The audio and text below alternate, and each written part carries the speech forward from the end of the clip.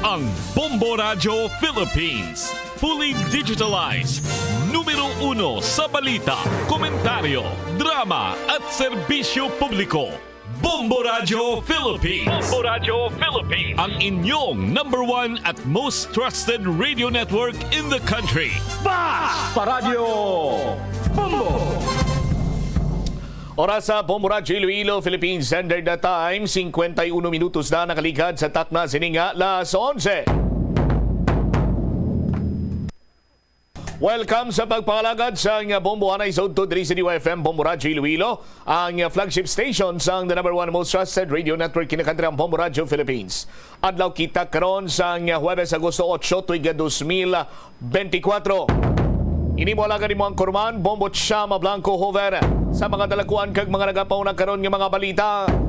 Mga empleyado sa Iloilo City Hall, temprano pa nagpalauli, bangod nga wala sang kuryente ang talatapan sa gobyerno.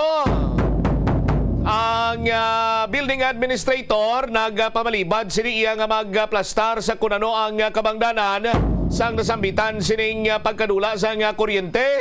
Di duha man lang kabagay mo, hindi nga duha kabagay, isa man lang kabagay, waisan sang ipathag kay waisan lungong. Sa piyak sining bahin, iloy isang ginalutang patay nga si Rinya Lazaro sa Villanita City proper, nagapati nga ang suspect nga nagatiro sa kay former puno barangay Ernie Pural, kag sa iya sining anak, isa lang.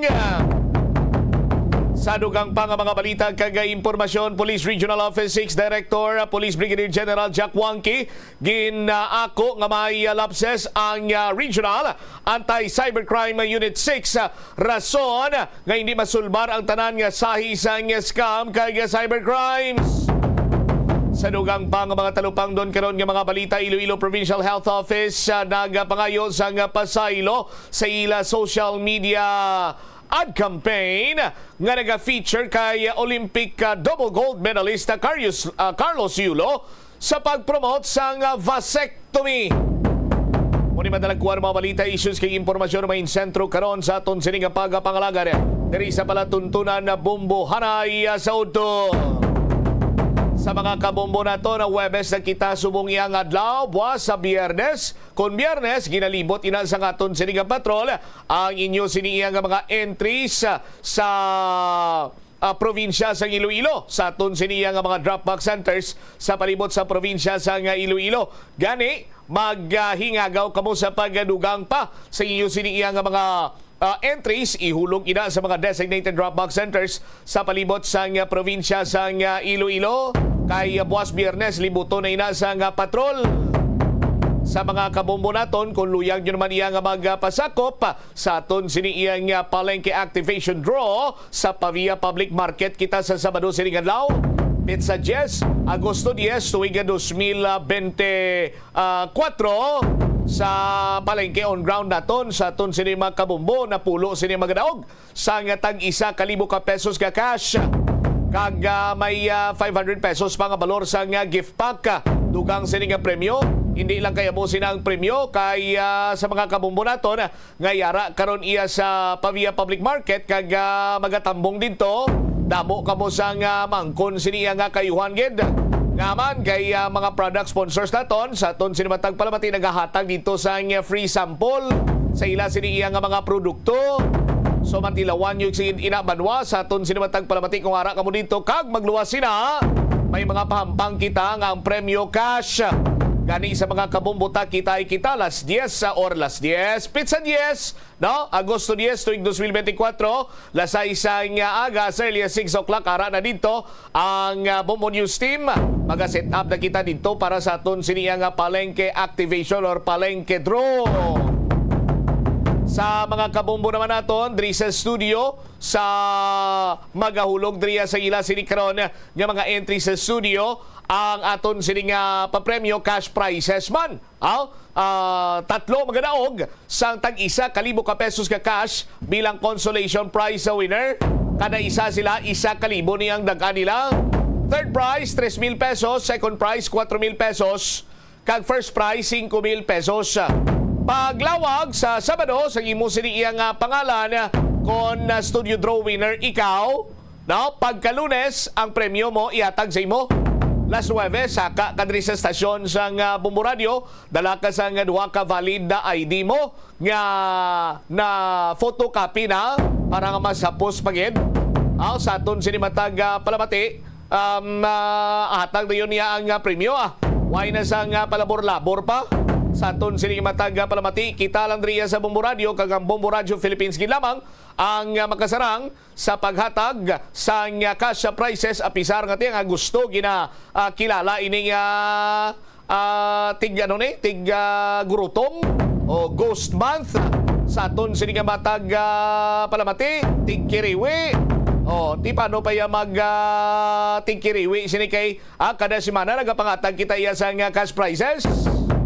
Ang inyo siniyang kapital kapisan gid lamang sa paghimo sa inyo sa mga entries, pagtipon sa mga product sponsors para iya nga makapasakop kamo sa swerte sa palengke promo ng Bombo Radio at Star FM.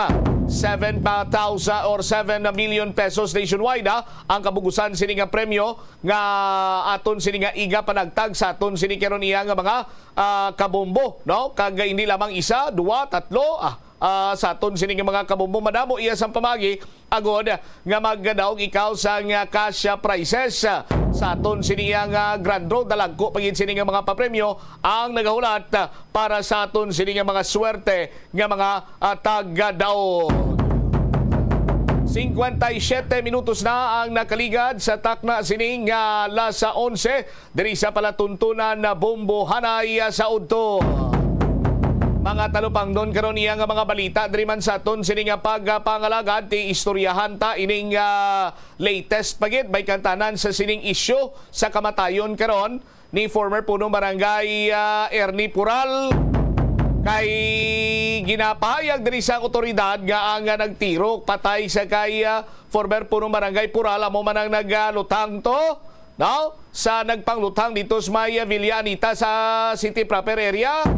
Ang Iloy nagpamato diri niya siya gina nagtiros bata ko. Istoryahan ta na dugang karon sa aton sini para niya nga pagpangalagad sa gyapon diri sa palatuntunan na Bombo Hanay sa udto. Detalye sininyo bantayan pagkatapos ang Bombo Network News. Likawan ang mga disgrasya nga dulot sang kuryente. Tabunan o konselyuhan ang mga wala nagamit nga electrical outlets. Ihaboyo kung ipa-repair ang mga electrical items nga may samad nga cords. Hukson sa saksakan ng mga electrical appliances antes ining i-repair. Hindi paghuslo na mga plug halin sa outlet nga ginabutong ang cord kay basi mabugto ini. Hindi pagpunon sa nakasaksak nga mga appliances o kon gadgets sa mga salaksakan. Hindi magtandog sa electrical appliances kung basa ang imo mga kamot. Likawan ang pagsaka o kon pagtandog sa puno o kon sangasang kahoy nga may nagalaylay nga kuryente. Hindi malikawan nga ginapangita gid sa isa ka tawo ang foot massage. Magluwas nga manami ini sa pamatyagan. Mayara man ini sa maayo nga benepisyo sa lawas. Sunod kay Dr. Tyler Wheeler, Primary Care Sports Medicine Physician, ang malipot nga foot massage ang makapahagan-hagan sang stress. Ang moderate pressure massage ang safe para sa mga kalabanan nga tawo ilabi na ang may mga kondisyon kaangay sang arthritis kag long-term pain. Mahimo man nga mag-seek ang professional massage therapist para sa imo nga relaxing foot massage. Kung ikaw isa ka chess lover, yaring pila ka brain benefit sa paghampang sini. Kag kung wala ka nagahampang sini, umpisahin na. Sunod sa pagtuon ng paghampang sang chess makabulig likaw sa Alzheimer's disease. Bangod ang utok nagatrabaho kaangay sang muscle, nagakinahanglan ini sang exercise agud mangin healthy kag malikawan ang injury. Magluwas diri ang paghampang sang chess ang nagapa-improve man sang concentration, memory, creativity kag problem solving skills kag napamatud-an man nga nagapaalam. Si Captain Jose Cabalfin Calugas ang pinakauna nga Filipino nga nahatagan sang pinakamataas nga pagkilala sang United States Army nga amo ang Congressional Medal of Honor. Natawo si Calugas adtong 1907 sa Leon, Iloilo. Ito ang Bombo Radio Philippines. Fully digitalized. Numero 1 sa balita, komentaryo, drama at serbisyo publiko. Bombo Radio Philippines. Bombo Radio Philippines. Ang inyong number 1 at most trusted radio network in the country. Paradyo Bombo. This is Bombo Network News Noontime Edition, broadcasting live at Bombo Radio Broadcast Center, Makati City, Philippines. Araw ngayon ng Huwebes, Agosto 8, tong 2024. Sa ating mga headlines, ang pinuno ng Commission on Elections naniniwalang gumagamit na raw ng troll farm ang mga nagtatangkang isabotahe ang paparating na halalan. Masamang panahon dahilan ng tuluyang paglubog ng 3 barko sa lalawigan ng Bataan ayon yan sa Philippine Coast Guard Fact-Finding Committee. Sa ating balita sa ibayong dagat, bagong Bangladesh leader hinimok ang mga mamamayan na maghanda para sa muling pagbuo ng kanilang bansa. Senate Sergeant at Arms naman binigyan ng authorization ng Senado para protektahan ang mga senador matapos makatanggap ang ilan ng banta sa kanilang mga buhay. At sa ating Olympics update mga kabombo, Filipino Paris Olympics bronze medalist na si Nesty Pitesio, nirerespeto raw ang naging desisyon ng mga hurado doon sa huling laban nito sa kabila ng pag-alma ng kanyang mga fans. At live nationwide via satellite, dumako na tayo sa mga detalye ng ating mga balita. Naniniwala si Commission on Elections Chairman George Erwin Garcia na ngayon pa lang ay gumagamit na ng troll farm ang mga naninira sa poll body. Ito ay sa layuning isabotahe umano ang paparating na halalan. Para kay Garcia, orchestrated at planado ang mga hakbang na ginagawa ng mga kritiko ng poll body at hindi ito kayang gawin ng iisang tao lamang. At yan ay malawakan umanong ginagawang paninira sa iba't ibang platform. Inumpisa umano ito sa issue ng offshore bank accounts laban sa kanya na hindi naman napatunayan at ngayon yung mga kasamahan naman nila sa poll body ang balak na isunod. Kaugnay niyan, narito ang bahagi ng mga pahayag ni Commission on Elections Chairman George Erwin Garcia. Basta po, katulad ng aking nabanggit, halatang halata po na itong grand operation na to, na hindi isa lang, series po ito. Diba po sinabi ko sa inyo, ang susunod nito base sa aking nakalap ay ang mga individual members ng commission naman ang kanila pong sisirain bawat isa. May ipupukol sa kanila. Isang several operations na alam niyo po na well-oiled. Magsalita nga lang po ako ng mga nakaraan sa social media, grabe ang troll farms. Namumukadkad, sobrang dami. Hindi ka makakapag-operate ng troll farm kung wala pong pera ang nasa likod. Sobra po ang troll farms. Pag nagpatawag ng mga ganito, hindi po ba? Alam niyo po, ako dito lang po kami nagpapatawag. Hindi naman po kami nagpapatawag sa mga hotels o sa mga restaurants na may kainan na marangya. So, kayo na po ang magbigay ng konklusyon sa sinasabi ko. Bahagian ng mga pahayag ni Commission on Elections Chairman George Erwin Garcia. Inaasahan daw nila na may mga kasunod pang paninira ang mga bagay na ito, kaya naman kanila na din itong pinaghahandaan. Sa iba pang mga maiinit na balita sa oras na ito, naglabas na ng inisyal na statement ang Marine Casualty Investigation Team. Ito hong fact-finding committee na binuo ng Philippine Coast Guard para imbestigahan ang lumubog na 3 barko sa karagatang sakop ng lalawigan ng Bataan. Ito hong Terra Nova, Jason Bradley at Merola 1. Batay sa inilabas na resulta ng investigasyon, nakasaad dito na ang masungit na panahon ang pangunahing dahilan ng paglubog at pagsadsad ng mga naturang barko. Sa mga araw na sumadsad nga itong mga naturang nabanggit na barko, masyado manong masungit nga ang panahon o kasagsagan ho ito noong bagyong Karina at ito pong habagat na lalo pang pinalalakas ng naturang bagyo. Nagsimula ang naturang investigation team sa kanilang isinagawang pagsusuri. Isang linggo na ang nakalipas, ito ay binubuo nga ng mga opisyal ng Philippine Coast Guard at maging ng mga tauhan ng Maritime Industry Authority. Ipinaliwanag naman ni Bataan Station Commander Lieutenant Commander Michael John Encina ang naging sitwasyon ng 3 barko kasabayan ng naging masungit na panahon. Aniya, itong Jason Bradley at kasalukuyang nakaangkla dyan sa milalawigan ng Bataan noong nalalasa itong Super Typhoon Karina sa bansa. Sa lakas ng mga paghangin at pag-ulan, may tuluyan aniya itong lumubog at sumadsad. Para naman sa Terra Nova, pinayagan ito ng Philippine Coast Guard Bataan Station na maglayag matapos itong sumailalim sa tinatawag ho na pre-departure inspection at wala ding tropical cyclone warning signal noon. Gayunpaman, inabutan pa rin ito ng masungit na panahon kaya tuluyang lumubog. Karga ang mahigit 1.4 million na litro ng industrial fuel. Samantala, ang MV Mirolawan naman ay nakatakas umano mula sa Navotas at tumungo sa Bataan nang walang clearance mula sa Philippine Coast Guard hanggang sa tuluyang ding sumadsad sa mababaw na bahagi ng karagatang sakop ho ng Sitio Quiapo, Barangay Biaan, Mariveles. Batay sa timeline, lumubog at sumadsad itong Jason Bradley noong July 26. Lumubog naman ang Terra Nova noong July 25 habang ang Mirolawan ay sumadsad noong July 25. Oras natin, 5 minuto na makalipas ang alas 12 ng tanghali. Inumpirma ng Department of Agriculture na umabot na sa halos 80 million pesos ang nawalang kita ng mga nasa sektor ng pangingisda dahil pa rin sa ipinairal na fishing ban sa mga karagatang apektado ng oil spill. Dahil na rin yan sa paglubog ng MT Terra Nova.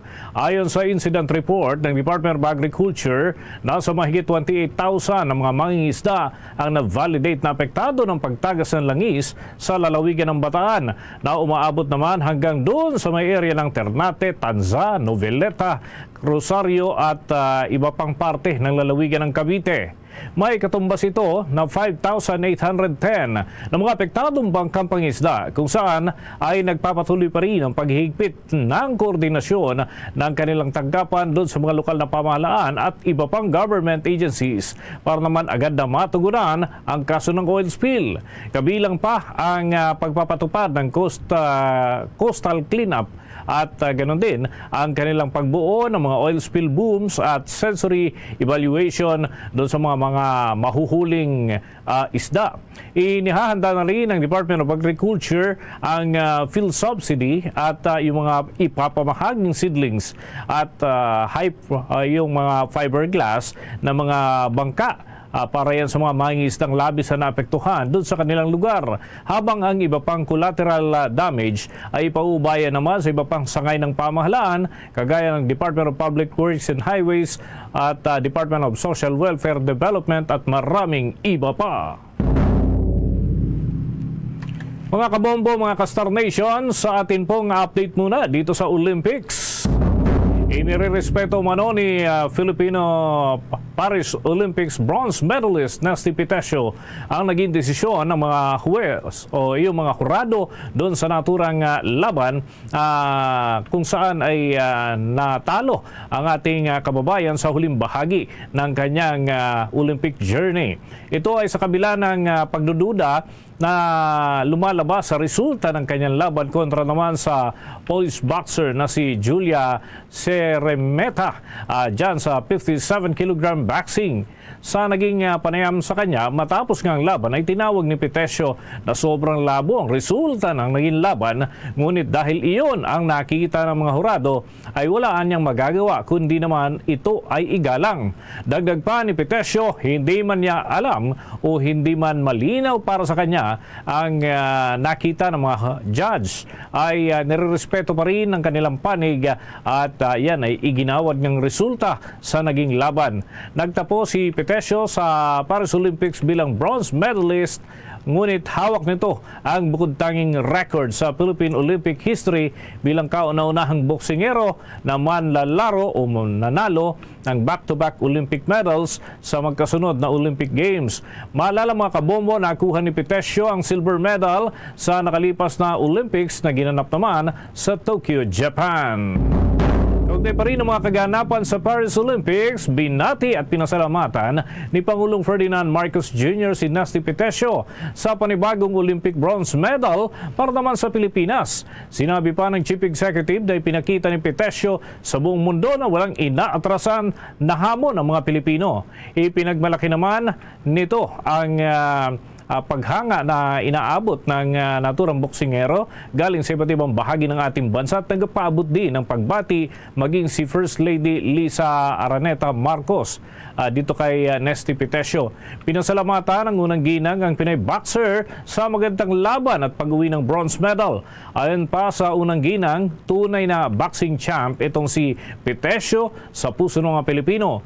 Tinalo si Pitesio ng Polish boxer na si Julia Ceremeta sa semifinals ng Women's 57 kilograms division at ito na ang pang-apat na medalya ng ating bansa ngayong 2024 Paris Olympics, sunod sa dalawang gintong medalya na nasungkit naman ni Carlos Yulo at bronze medal ng isa pang boksingero na si Ira Villegas. Itinakda sa batas mga kabombo dito sa ating bansa na yung nakakapag-uwi ng bronze medal sa Olympics ay magkatumbas na 2 milyon na cash incentives na ipagkakaloob sa kanila. Congratulations, Carlos Yulo, for the back-to-back gold medals para sa Pilipinas. Taas noo ang mga Pilipino at ang buong bansang Pilipinas. Patuloy tayo sa laban. May pag-asa pa na madagdagan ang ating medalya sa ating mga atleta sa Paris 2024 Olympics. Tuloy ang laban. Go for gold, Pilipinas! Basta Radio Bombo!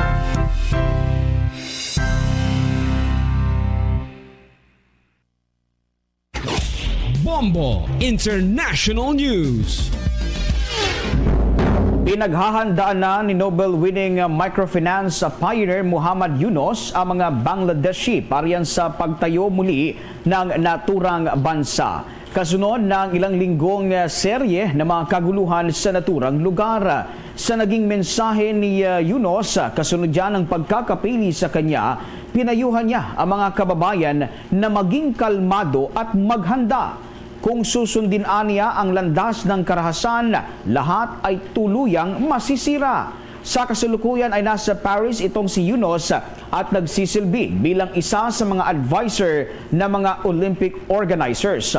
Ayon kay Yunus, nasasabik na siyang bumalik sa Bangladesh at tunghayan ang kasalukuyang nangyayari at mag-organisa para tuluyang mailabas ang Bangladesh mula sa kasalukuyang kaguluhan. Isa nga sa mga pinaplano ng bagong lider ay ang magsagawa ng halalan sa susunod na mga buwan kasabay ng sisimulang pagbabago. Si Yunus ay dating nasintensyahan ng 6 na buwang pagkakakulong dahil yan sa labor charge na una nang tinawag bilang politically motivated. Nakalaya lamang siya matapos na makapaghain ng piyansa. Nitong Miyerkules ay tuluyan din siyang pinawalang sala ng isang local court dyan sa naturang lugar. Kaugnay niyan, pakinggan natin ang bahagi ng pahayag ni Muhammad Yunus. So how does it happen? We have interim government announced right now. The concept of interim government who will be responsible for holding election, because we didn't have an election for many years now. So for the first time it will be an election, fair, transparent election, so that everybody can vote and decide what kind of people they want to send to the government, what kind of people they want to the parliament. This is their decision. That decision, they couldn't exercise that power to make choices for them. So this will be a big opening, and then down the things, local governments and everything, same way. So people will have a chance to elect their own representatives. So we want to have a pure democratic system where nobody can interfere with our right to vote, right to speak, right to rule of. Makabumot ka, Sir Nation, bahagi ng pahayag ni Muhammad Yunus. Siya ho ang napiling leader ng kanyang mga mamamayan na mamuno sa Bangladesh kasunod ho ng pagtakas ng kanilang punong ministro. Sa mga karagdagang balita, lumagda ng alyansa ngayong araw ang Partido Federal ng Pilipinas at yung partido ni itong Partido Federal, itong mga kabombo, yung partidong dinadala din ni Pangulong Ferdinand Marcos Jr. at yung Nationalista Party. Dito naman siya nanggaling dati nung siya ay isa pang senador. Ang alyansa mga kabombo ay nilagdaan ni Nationalista Party Executive Director Mark Villar at Partido Federal President Reynaldo Tamayo. Ang paglagda ay tinunghayan ni Pangulong Marcos at ng iba pa mga opisyal ng dalawang partido. Ayon kay Partido Federal ng Pilipinas President Governor Reynaldo Tamayo, ito na ang ika-4 na alyansa ng kanilang partido sa iba pang malalaking political party dito sa ating bansa. Sinabi ni Tamayo na umaasa siya na dadami pa ang bilang ng mga political parties na makikipag-alyansa sa kanila. Sinabi ni Tamayo na tandaan niya ng pagkakaisa at pagsasama-sama ng mga partido tungo naman sa pagkamit ng hangarin ng pagkakaisa ng Administrasyong Marcos ang naturang hakbang. Sa ngayon ay sinabi ni Tamayo na wala pa silang may presentang listahan para naman sa senatorial candidates hanggat hindi pa nakukumpleto ang pakikipag-alyansa ng Partido Federal ng Pilipinas sa iba pang mga partidong politikal. Pag-uusapan pa umano ang tamang panahon at dito mabubuo ang lineup kung kailan yan ay i-anunsyo na lamang sa mga susunod na araw. Tiniyak naman ni Tamayo na bago ang filing ng Certificate of Candidacy sa buwan ng Oktubre ay mayroon na silang mabubuong listahan na mga pangalang isasabak sa pagkasenador sa 2025 midterm elections para naman sa Nationalista Party National Director na si Senator Mark Villar. Ang pakikipag-alyansa ay bilang pagsuporta na rin sa reform agenda ng Marcos administration, kabilang na rito ang demokrasya, social justice, reforma at pag-unlad ng kanilang mga grupo. Kaugnay niyan, narito ang bahagi ng pahayag ni Partido Federal ng Pilipinas President Reynaldo Tamayo. Na national political party na magkakaroon ng alliance with Partido Federal ng Pilipinas at sana nga tuloy-tuloy na yung trabaho ng pagkakaisa ng mga partido na naka-alliance sa Partido Federal ng Pilipinas, hindi lamang sa darating na eleksyon kundi sama-sama sanang matupad yung mga adikain na meron ang administrasyong Bongbong Marcos. Sir, kailan tayo mag-field ng meron din ba tayong senatorial slate, sir? Sa ngayon, wala pa. Mag-uusap-usap pa ang lahat ng mga partidong nakalayan sa atin. At pag-uusapan pa yung senatorial list natin. Pero yun yan, hintayin na natin yung tamang panahon. Bahagi yan ang mga pahayag ni Partido Federal ng Pilipinas President Reynaldo Tamayo. Sa pagkakataong ito mga kabombot Sir Nation, kuha tayo ng mga balitang tinutukan ng ating mga kasamahan. Dako tayo dyan sa may bahagi ng Senado. Ito hong Senate Sergeant at Arms binigyan ng authorization ng Senado para protektahan ito hong mga senador na nakatatanggap ng mga banta sa kanilang buhay. Alamin natin ang buong detalye. Tinutukan ni Bombo JC Galvez. Binigyan ng Senado ng authorization ang Senate Sergeant at Arms o SAA upang bigyan ng seguridad ng mga senador matapos ang ilan sa kanila ay makatanggap umano ng banta sa buhay sa gitna ng pag-iimbestiga kay suspended Bambantarlac Mayor Alice Go. Sa pulong balitaan, sinabi ni Senate President Francis Chis Escudero ang bagong kautusan na ito ay nakapaloob sa inamyendang patakaran ng Senado na inaprubahan ng Kongreso. Binigyan din sila ng otoridad na magsilbi ng mga warrant of arrest at subpoena na inisyu ng Senado na sa ngayon ay kailangan pang dumaan sa pulisya. We amended a portion of the rules.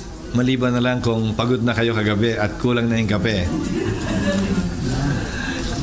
Na ino-authorize namin yung Sergeant at Arms to do what he can to protect not only the institution, the office, the building, and those in it, but also the members of the Senate. So kung ano man yung ibig sabihin nun, pag-aaralan pa namin, ang importante na authorized na yung Sergeant at Arms na gawin yun. Ito'y bugso, sa totoo lang, hindi ng sitwasyon ni Senator Bato, ni Senator Bongo. Ito'y bugso, itong amendment na ito ay dahil dun sa nangyari sa mga pagdinig kay Mayor Alice Go na nagkaroon ng banta sa ilang miyembro at nagkaroon ng ilang question kaugnay sa pag-serve ng mga warrant of arrest at contempt orders ng Senado na kailangan pang dumaan sa pulis. So inauthorize na namin specifically at directly ang Sergeant at Arms na i-serve yung mga warrant at contempt orders maliban sa pulis. si Senate Majority Leader Francis Tolentino ang nagsulong ng pagbabago sa Senate rules. Sa kanyang resolusyon ng pinagtibay ng Senado, sinabi ni Tolentino na ang pagdepende ng Senado sa law enforcement agencies sa pagsisilbi ng warrant of arrest, subpoena, summons at sa pagpapatupad ng contempt orders nito ay nakasasagabal sa kakayanang mataas na kapulungan bilang independent branch ng gobyerno na magkaroon ng sariling security at operational protocol. Noong ika-4 ng Hulyo, iniulat ni Senate Committee on Ways and Means Chairman Senator Sherwin Gatchalian sa Pasay Police ang anyay banta sa kanyang buhay dahil sa aktibo niyang pagsiyasat sa mga Philippine Offshore Gaming Operators o POGO at kay Mayor Go. Nilino naman ni Escudero na tatakda ng bilang at hindi sky's the limit ang mga tauhan ng OSAA na itatalaga para magbantay sa mga senador. Para sa Bombo Network News, ako si Bombo JC Galvez nag-uulat para sa number 1 and most trusted radio network in the country, Bombo Radio Philippines, Basta Radio. Bombo! Lalo pang lumobo mga kabombo ang bilang ng mga nakapagparehistrong botante sa Pilipinas batay sa data ng Commission on Elections. At ayon nga kay Commission on Elections Chairman George Erwin Garcia, umabot na sa 65 million ang mga nakapagparehistro sa buong bansa. Inaasahan pang magkakaroon ng hanggang 5 milyong botante para naman makapagpatala pa. Sa kasalukuyan ay halos 2 milyon na mataas ang bilang ng mga bagong nagparehistro kumpara yan doon sa target registration ng poll body. Umaabot na mga kabombo sa mahigit 5 million ang bilang ng mga bagong registrants na binubuo ng 2.5 million na mga kababaihan at 2.4 million na mga kalalakihan. Nanatili pa rin na may pinakamaraming bilang ng mga bagong botante ang area ng Calabarzon na nakapagparehistro ng mahigit 800,000. Sinusundan ng National Capital Region, meron naman yan mahigit 600,000. Magtatagal ang registration period hanggang Setyembre 30 ng taong kasalukuyan. Samantala, lalo pang lumobo naman itong bilang ng mga botanteng natanggal o na-deactivate mula sa listahan ng Commission on Elections. Batay nga sa talaan ng naturang komisyon, umaabot na sa 5,269,292 voters ang na-deactivate mula sa talaan ng ahensya, habang ang bilang naman ng mga tinanggal ay lumobo na rin sa mahigit 570,000. Paliwanag naman ni Commission on Elections Chairman George Erwin Garcia, ang mga tinanggal at dineactivate o na-deactivate sa listahan ay yung mga nakulong, ang mga botanteng gumawa ng krimen na may kaugnayan sa ito sa pamahalaan at yaong sa pamahalaan at yaong mga nakagawa ng krimen laban yan sa national security. Kasama rin dito ang mga botanteng bigong makaboto sa dalawang magkakasunod na halalan at yung mga nawalan ng mga Filipino citizenship. Samantala, hinimok naman ni Chairman Garcia ang mahigit 5 milyong deactivated voters na magpa-activate lamang ng registration sa mga lokal na opisina ng komisyon at mga itinalagang satellite registration office. Bukas ani ang mga ito mula Lunes hanggang sa araw ho ng Sabado mula alas 8 ng umaga hanggang alas 5 ng hapon. Sa dagdag pang balita, nananatiling mapayapa ang isinasagawang Joint Sea at Air Exercise sa pagitan ng Pilipinas, Australia, Canada at United States sa bahagi ng West Philippine Sea. Ito ay sa kabila ng pagbubuntot ng 3 Chinese Navy vessel dyan sa convoy ng mga military vessel ng 4 na bansa. Kung maalala mga kabombo, iniulat ng Armed Forces of the Philippines ang ginagawang pagbuntot ng China sa naturang convoy gamit naman ang kanilang Army Navy vessel na Wushu o yung FSG 626 na Jiangdao 2 class corvette dyan sa bahagi po ng West Philippine Sea. Kasama din itong barko nila ng partikular ng kanilang Army Navy na Wangshan at yung Jiangkai 2 class corvette at iba pa na mga vessel. Kasama din yung Kijing na nandyan sa may area ng West Philippine Sea. Isa rin hong class corvette. Pero ayon kay Armed Forces of the Philippines Public Affairs Office Chief itong si Colonel Cerces Trinidad, nananatiling ligtas sa mga kalahok o nakikibahagi sa naturang military drill at tinitiyak din ito ang seguridad at kaligtasan ng mga kalahok dyan sa naturang aktibidad. Itong nakalipas na araw nang simulan ang naturang drill na tinawag naman ang Multilateral Maritime Cooperative Activity sa loob ng Exclusive Economic Zone ng Pilipinas. At batay nga sa joint statement, ang naturang drill mga kabombo ay binubuo at nilalahukan ng mga kinatawan mula sa Navy at Air Force military units. Gagamit umano ang mga otoridad ng pagkakataong ito para naman mapalakas ang kooperasyon at interoperability sa pagitan ng Quad countries. Nakasad pa sa pahayag ng military chief na dapat ay itong apat nga ng mga bansa na lahat ay isasagwa. Bahagi po yan ng drill at yan ay salig sa international law. Ang naturang drill ay ang pinakauna na isinagawa sa kasaysayan ng apat na bansa at magtatagal ito hanggang ngayong araw ng Huwebes 8 ng Agosto. Samantala, ginagamit naman ang Pilipinas ang isang missile frigate na nakalaan para sa naturang aktibidad, yung BRPU Rizal, kasama na rin ang iba pang mga mga tinatawag na pasilidad, yung marine helicopter at isang offshore patrol vessel na Ramon Alcaraz ay present din sa naturang aktibidad.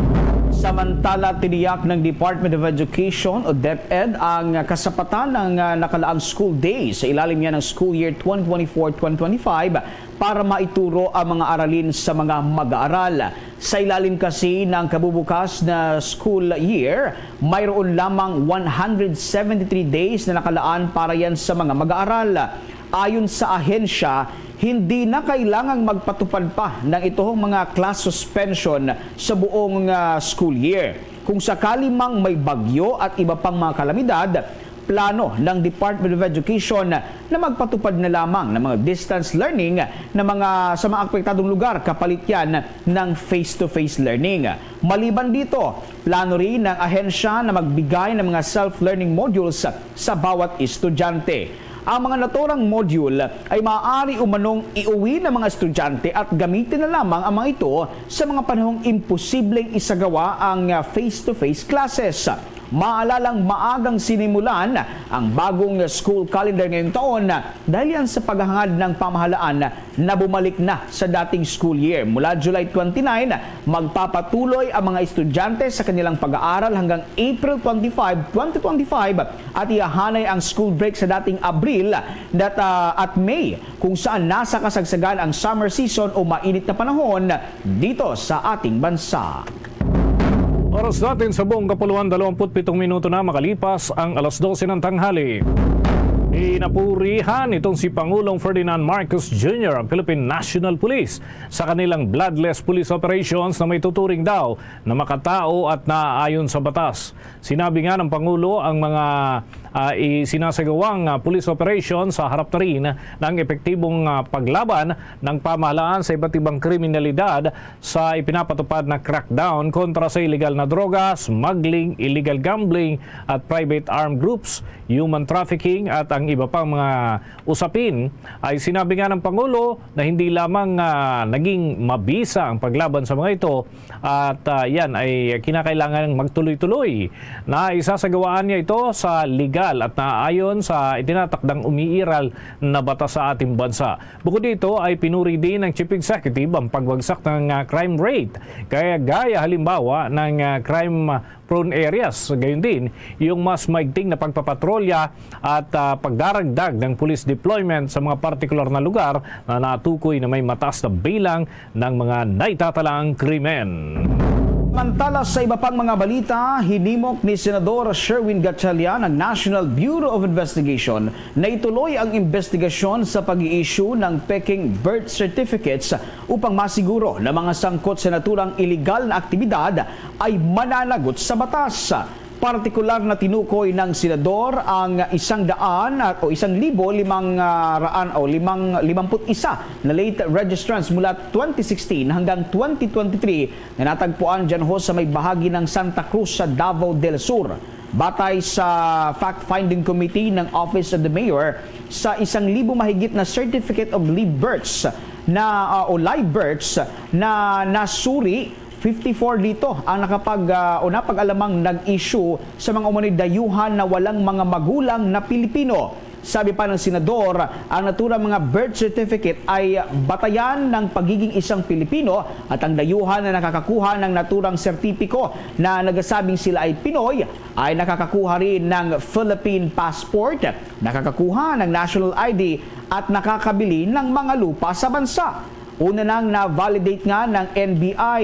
Ito hong 102 mula doon yan sa 1,500 na individual na nakakuha ng peking birth certificate mula dyan sa may Santa Cruz, Davao del Sur. Ayon sa investigasyon ng ahensya, wala sa 102 na individual ang aktual na naninirahan sa naturang lugar, sabi naman yan ng Department of Foreign Affairs. Wala sa kanila ang nabigyan ng pasaporte. Dagdag pa ng NBI, nakatakda itong magsampa ng kaso para yan sa kanselasyon ng mga nasabing peking birth certificate sa susunod lamang yan na 2 linggo. Sinimula na ng mga kadiwa sites mula yan sa National Irrigation Administration Office. Diyan po yan sa lungsod ng Quezon at yung pagbebenta ng mga bigas sa halagang 29 pesos ang kada kilogram. Ayon nga sa Department of Agriculture na ito ay kinabibilangan ng mga NIA centers mula po yan sa Region 3 o yung Central Luzon, Region 4A at B dyan sa Southern Tagalog Region at ang Caraga Region na nagbebenta ng mga mababang presyo ng bigas dahil na rin sa pakikipagtulungan ng Irrigators Association ay sinabi nga ni Department of Agriculture spokesperson Assistant Secretary Ardel de Mesa na nasa 120 tonelada ng mga bigas ang subsidized na ng National Irrigation Administration sa ilalim yan ng contract farming dahil dito ay umaasa ang Department of Agriculture na magkakaroon ng pagbagal ng inflation sa ating bansa. Layunin ng Irrigators Association na makapagbenta ng mas murang klase ng bigas sa buong bansa. Samantala, ipinag-utos na ni Department of Agriculture Secretary Francisco Tio Laurel Jr. sa Sugar Regulatory Administration ang pag-iimbestiga sa aktual na volume ng iba't ibang mga produktong asukal na pumapasok dito sa Pilipinas. Maliban sa mismong asukal, pinaiimbestigahan rin ng kalihim ang iba pang sugar products na kinabibilangan ng mga glucose, sucrose, dextrose at ituhong maltose na iba pang mga uri ng mga asukal. Ginawa ng kalihim ang nasabing kautusan, kasabay na rin niya ng naunang reklamo ng United Sugar Producers Federation ukol sa umunoy nakakaalarmang bultong asukal at mga sugar premix na pumapasok po dito sa bansa. Ayon sa grupo, umaabot mula sa 200,000 hanggang 300,000 metric tons ang nakakapasok dito kada taon na kalimitan umano ipinupuslit lamang. Batay sa naging kautusan ng kalihim, kailangang tukuyin at aralin ng Sugar Regulatory Administration ang tungkulin sa naturang usapin at alamin kung kailangang kumuha ng clearance para rito. Katwiran naman ni Unified President Manuel Lamata, ang bulto ng mga sugar premix na pumapasok sa Pilipinas ay representasyon ng hanggang 4 na milyong sako ng asukal at tinatayang nagkakahalaga ng 10 bilyong piso. Ang kawalan-anya ng regulasyon para sa mga naturang produkto ay nakakasira sa sugar industry ng ating bansa. Oras natin sa buong kapuluan, 27 minuto bago sumapit ang 1:00 ng hapon. Ikinadismaya ng grupo ng mga empleyado ng pamahalaan ang umano'y kakarampot na pagtaas sa kanilang sahod. Kung maalala mga kabombo, ipinalabas si Pangulong Ferdinand Marcos Jr. ang Executive Order No. 64 noong nakalipas na linggo na kinapapalooban ng pagtaas sa sahod ng mga government workers at pagbibigay ng kanilang karagdagang allowance. Pero ayon nga sa grupong Public Services Labor Independent Confederation ay nakakadismay raw ang kakarampot na taas-sahod sa ilalim ng naturang Executive Order 64. At ayon nga dito kay Group President Ani Enriquez Heron, merong mababa at kulang ang naturang taas sahod, lalo na dun sa mga rank and file government employees.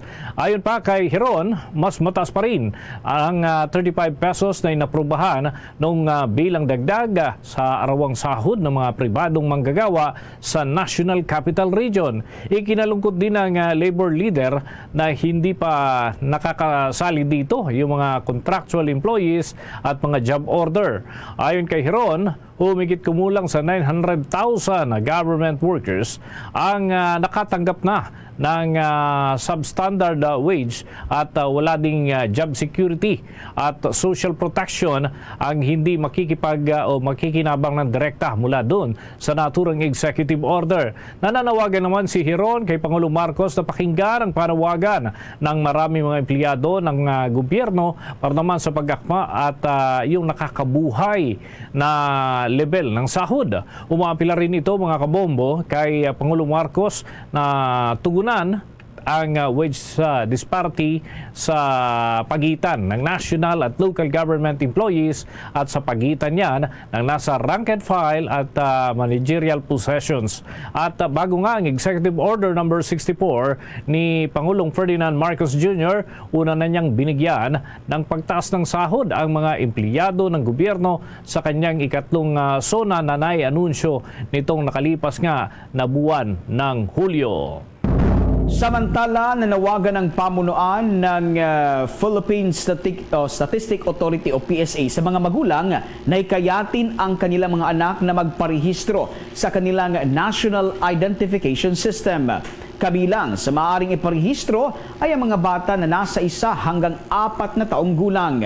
Sa naging pahayag nga ni National Statistician and Civil Registrar General PSA Undersecretary Claire Dennis Mapa, wala pa ring patid ang pagtanggap nila ng registration mula yan sa kanilang mga itinalagang venues. Ito nga ay naglalayong maging mas accessible sa mga kabataan ang pagpaparehistro para yan sa National Identification Card. Sinabi pa ni Mapa na patuloy rin ang kanilang mga isinasagawang mobile registration activities na nag-iikot-ikot nga lalo na sa mga geographical isolated and disadvantaged areas ng bansa. Batay sa datos, as of July 12, 2024, aabot na sa kabuang 88,720,028 na mga Pilipino ang matagumpay na nagpagparehistro sa National ID System ng ating bansa. Oras natin sa buong kapuluan mga kabombo, mga ka-Star Nation, ganap na pong 23 minuto bago sumapit ang 1:00 ng hapon. Nakitala ng Department of Health ang pagtaas ng kaso ng dengue sa bansa nitong nakalipas na buwan ng Hulyo.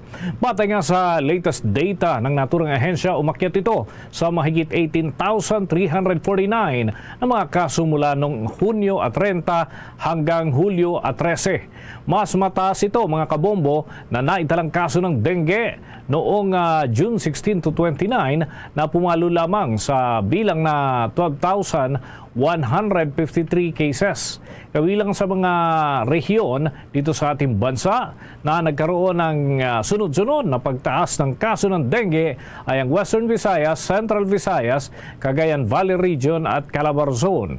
Sa paglipas nga ng taon ay sinabi ng Department of Health na ang mga kaso ng dengue ay tumataas ng nasa 33% mula sa 97,000 mahigit na mga kaso noon pong nakalipas na taong 2023 hanggang 128 naman na mga kaso nung pagpasok na ng buwan ng 2024. Kailanman ay binabanggit nga ng Department of Health na ang mga namamatay dahil sa dengue ngayon ay nasa 337,000 o o nasa 337 individuals kumpara doon sa 378 na namatay sa parehong period ng nakalipas na taon. Patunay niya ito nag-isang indikasyon ng ang tao ay naharap sa early consultation at yung mga ospital ay activated naman yung kanilang mga pasilidad para sa mga kaso ng dengue. Kasama sa mga partikular na sintomas ng dengue, mga kabombo, ay yung pagkakaroon ng mataas na lagnat, severe headache, muscle at joint pains. At ganun din, yung iba pang mga palatandaan na nakikita sa balat. Ilan naman sa maaaring makaranas ng sakit sa likod, mata, likod ng mata at yung iba pang mga palatandaan ay maaari umanong ikonsulta na agad pag nakita ang naturang mga sintomas. Nagsisimula ang mga sintomas na ito sa 4 hanggang 10 araw pagkatapos ng lamok na kumagat sa iyo, yung tinatawag na Aedes aegypti o isang uri ng lamok na nagdadala ng dengue virus. Samantala, abot sa mahigit 553 million pesos na halaga ng mga sasakyan at machine guns ang binili ng Philippine National Police bilang karagdagang asset ng kanilang organisasyon. Ito ay inaasahang magpapalakas sa kanilang hanay sa pagtupad ng kanilang mga sinumpaang tungkulin. Ipresenta ito ng Philippine National Police kay Pangulong Ferdinand Marcos Jr. ngayong araw yan sa Camp Crame, Quezon City, kasabay ng pagunita ng ika-123 Police Service Anniversary Celebration ng naturang hanay.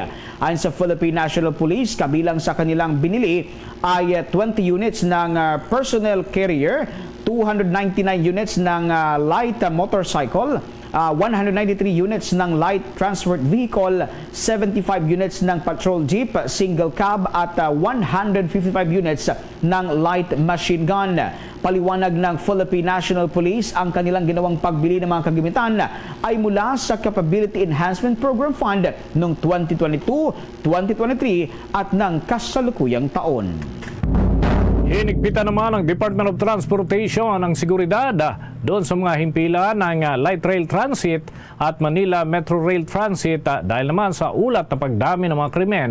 Ayon nga sa Department of Transportation Rail Sector, nakakatiyak sila na hindi na mauulit pa ang mga pangyayari at lahat ng mga inisyatibo ay kanilang ginagawa para naman masawata ang anumang krimen. Ilan sa mga ginagawa nila ay ang pagpapakalat ng mga train marshals at mahigpit na koordinasyon doon sa mga kapulisan sa paglalagay ng kanilang mga dagdag na CCTV at pagdaragdag din ng K9 units sa iba't ibang area. At ganoon din mga kabombo, may naitalang 67 na mga insidente ng pandurukot sa kabuang 44 na milyong pasahero ng Light Rail Transit 1 mula Enero hanggang Hulyo lamang po yan, habang mayroon namang 35 na mga kaparehas na insidente sa LRT2 at 250 incidents doon naman sa bahagi ng Metro Rail Transit 3 o MRT3. Samantala, muling nakatanggap ang Bureau of Custom ng unmodified opinion pa rin sa kanilang financial statement sa dalawang magkakasunod na taon. Ayon sa naturang ahensya, ang naturang unmodified opinion evaluation ay inisyu ng Commission on Audit sa kanilang 2023 financial report.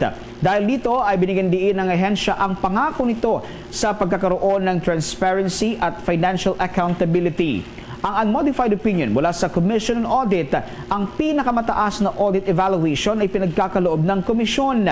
Ito ay nagpapahiwatig na ang mga financial statement ay inihanda ng maayos alinsunod yan sa International Public Sector Accounting Standards. Sumasalamin din ani ito sa proactive na akbang ng ahensya sa pagpapalakas ng sistema ng pananalapi dito at pagpapahusay ng mga panloob na kontrol at pagtataguyod ng kultura o ituhong transparency at accountability. Nananatili rin aning determinado ang ahensya na mapanatili ang parehong antas ng kanilang pangako na pagkakaroon nga ng tinatawag na transparency at accountable financial report. Mga kabombo, mga ka-Star Nation, dito muna tayo sa mga ulat ng ating mga himpilan.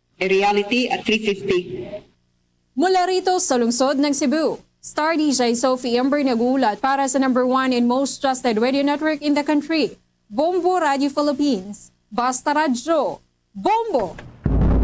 Samantala, grupo naman ng mga magsasaka, duda kung matutugunan nga ba ng Anti-Agricultural Economic Sabotage Act ang problema sa smuggling na malalang nangyayari sa Pilipinas. May balita ang Bombo Radio Legazpi. Duda ang grupo ng mga magsasaka kung matutugunan ng Anti-Agricultural Economic Sabotage Act ang problema ng smuggling sa Pilipinas. Sa panayam ng Bombo Radio Legazpi kay Raul Montemayor, ang National Manager ng Federation of Free Farmers, marami namang magaganda batas sa Pilipinas subalit hindi lamang ito maayos na naipapatupad. Kahit pa mayroon ng batas na magbibigay ng mas mabigat na parusa, masasayang lamang ito kung hindi naman epektibong mababantayan at mahuhuli ang mga smugglers. Dahil dito, suwisyon ng grupo na mas tutukan ng gobyerno ang mga operasyon at trade laban sa smuggling at hoarding ng mga produkto. Maaari rin umano na sa ibang bansa pa lamang ay maglagay na ng taga-check ng mga produktong ibinabiyahe papunta sa Pilipinas upang mapadali ang pag-alam kung may nangyayaring smuggling. Panahon na rin umano para tutukan ang problema sa ilegal na pagpasok ng mga produkto sa bansa na nagdadala ng pagkalugi sa mga magsasaka at lokal na industriya. Ang inisip namin, why not focus on preventing yung krimen? Gumawa ka ng paraan para wala na lang mag-smuggle. Kung di mo lang nag-smuggle, wala kang huhuliin. Dito tayo sa preventive measures. Ang bahagi na naging payag ni Raul Montemayor, ang National Manager ng Federation of Free Farmers. Yan ang ulat para sa Bombo Network News. Bombo Romeo Bilardo Jr. para sa number 1 and most trusted radio network in the country, Bombo Radio Philippines, Basta Radyo, Bombo! Ito namang enabling law para sa muling pagbuhay sa sectoral representative. Inilabi ho ni Governor Albano sa Senado. May buong detalye dito ang Bombo Radyo Kawayan. Inilabi na ni Governor Rodito Albano ang pagkakaroon ng enabling law para sa sectoral representatives matapos na sila ay matanggalan ng pondo na mula sa pamalaang palalawigan. Ito ay matapos magkaroon ng sulat mula sa COA patungkol sa pagtanggal na sa pondo ng pamalang palalawigan na inilaan para sa mga sectoral representatives. Sa naging panayam ng Bombo Radio Kawayan kay Governor Rodito Albano, kinausap niya si Senate President Cheese Escudero at Senator Amy Marcos patungkol dito dahil hindi gagana ang sectoral representatives kung walang enabling law para sa pag-appoint sa kanila at hindi sila makakakuha ng pondo para sa kanilang proyekto dahil walang implementing rules and regulations o IRR mula sa DILG. Ayon kay Governor Albano, malaki ang naitutulong ng sectoral representative dahil sila ang nakakapunta sa pinakamababang level sa komunidad para magbigay ng tulong o proyekto sa mamamayan. Anya, mula nang ipadala ang sulat mula sa COA ay tuluyan nang tinanggal ang mga sectoral representatives kaya't natengat tuluyan nang nawala ang mga kasalukuyan at pinaplano nilang proyekto sa kanilang sektor. Tinayak naman anya ni Senate President Escudero na isa ito sa maipaprioridad sa isasagawang Legislative Executive Development Advisory Council o LEDAC meeting. Hindi natin mailagay din talaga yung kasi wala ring IRR. Alam mo kasi kung gumawa ka ng enabling law, kailangan makagawa ng IRR. Doon ka na makakagawa ng IRR pag may enabling law. Ang problema doon sa NCIP, may enabling law nga pero walang IRR kung paano pipiliin. Doon naman sa yung mga sectoral representative na wala talagang enabling law. So hindi makagawa ng IRR ang COMELEC or ang DILG. Yan ang ulat mula sa himpilan ng Bombo Radio Kawayan para sa Bombo Network News sa Bombo Angelica Morales para sa number 1 and most trusted radio network in the country, Bombo Radio Philippines. Basta Radyo, Bombo! Bombo Sports News. Ito mga kabombo, Pinoy Archer mula dyan sa Baguio City nag-uwi ng Platinum Trophy mula dyan sa Asian Youth Indoor Archery Open na ginanap sa Hong Kong. May pag-uulat dyan ang Star FM Baguio. Nag-uwi ng Platinum Trophy ang mga Pinoy archers mula sa Baguio City sa 2024 Asian Youth Indoor Archery Open sa Mixed Compound Under-18 category na ginanap sa Hong Kong. Ang naturang archery team ay binubuo ni Rokay Takudog, Kester de los Reyes at Jepta Calib Fernandez na bahagi ng Archers in the Mountain of Baguio Archery Club. Sa exclusive interview ng Star FM Baguio sa mga Pinoy archers, inamin ng mga ito na malakas ang kanilang mga nakalaban at kailangan nilang mag-improvise at mag-adapt sa kanilang mga shooting para makipagsabayan sa kanilang mga nakatunggali. Nakaramdam rin umano ang mga ito ng kaba dahil ito ang kanilang unang pagkakataon na sumabak sa international competition. Sinabi rin ng mga ito na malaking hamon umano sa kanila naging performance ay ang malamig na klima sa naturang venue. Ibinahagi naman ng mga ito kung paano nila pinaghandaan ang kompetisyon. Okay lang naman yung training. Tapos more of mental more than physical during the game. Since wala po open na buildings para po sa indoor event sa Hong Kong, nag-training na lang po kami sa outdoor doon po sa range malapit po sa Milton Jones.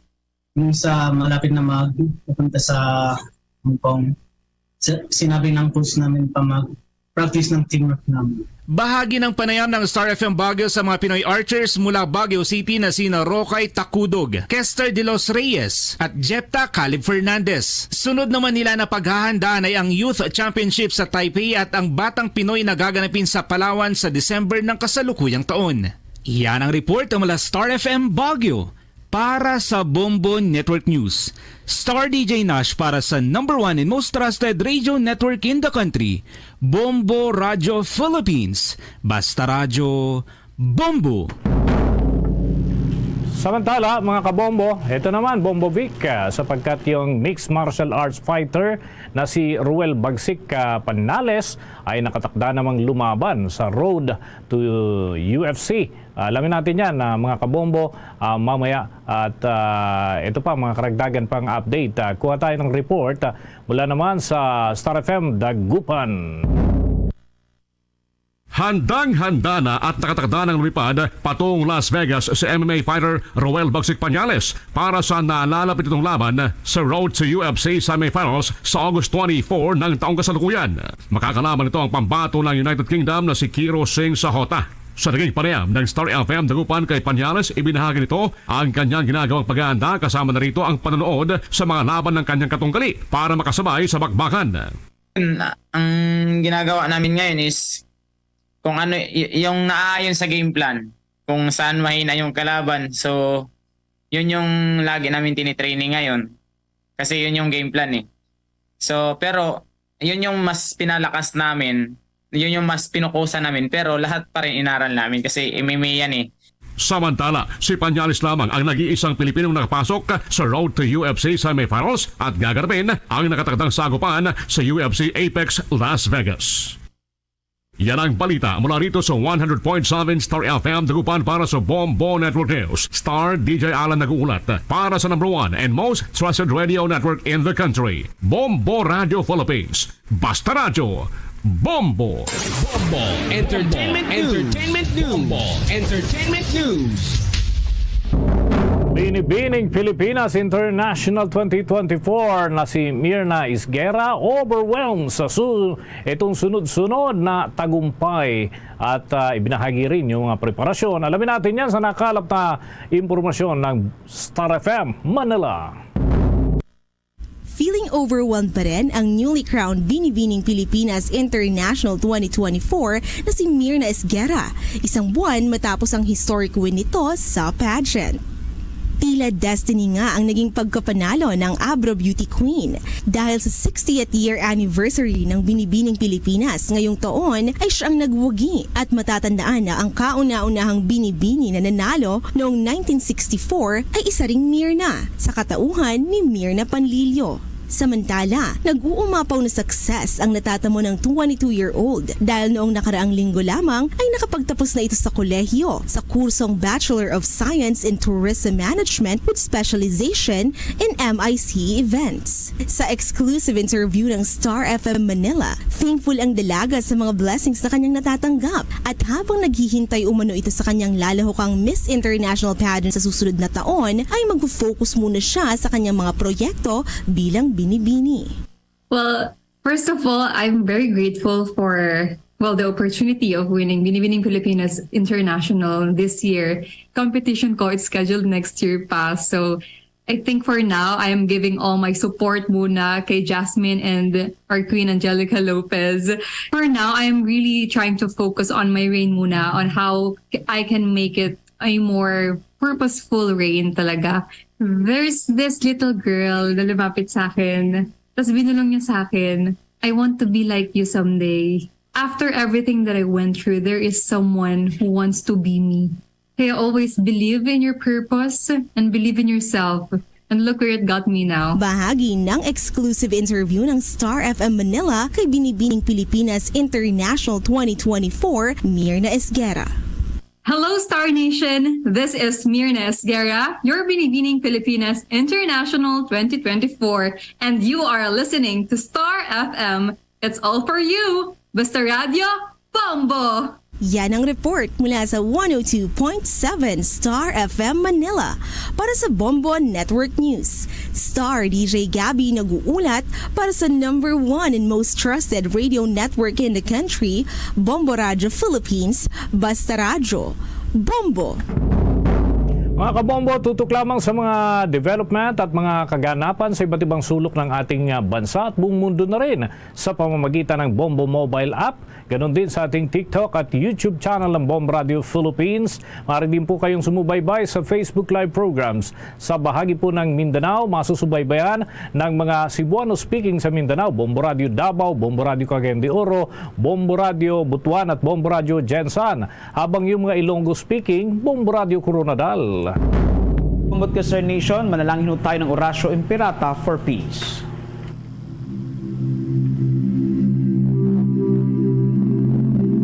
God, our Heavenly Father, Lord of peace and justice, we humbly come before you during this time of escalating geopolitical tensions in our part of the world. Through the years, you have sustained our faith in you as a nation. It is our faith in your divine providence that has made us survive the countless natural and human-caused calamities that have come our way in our history as a people.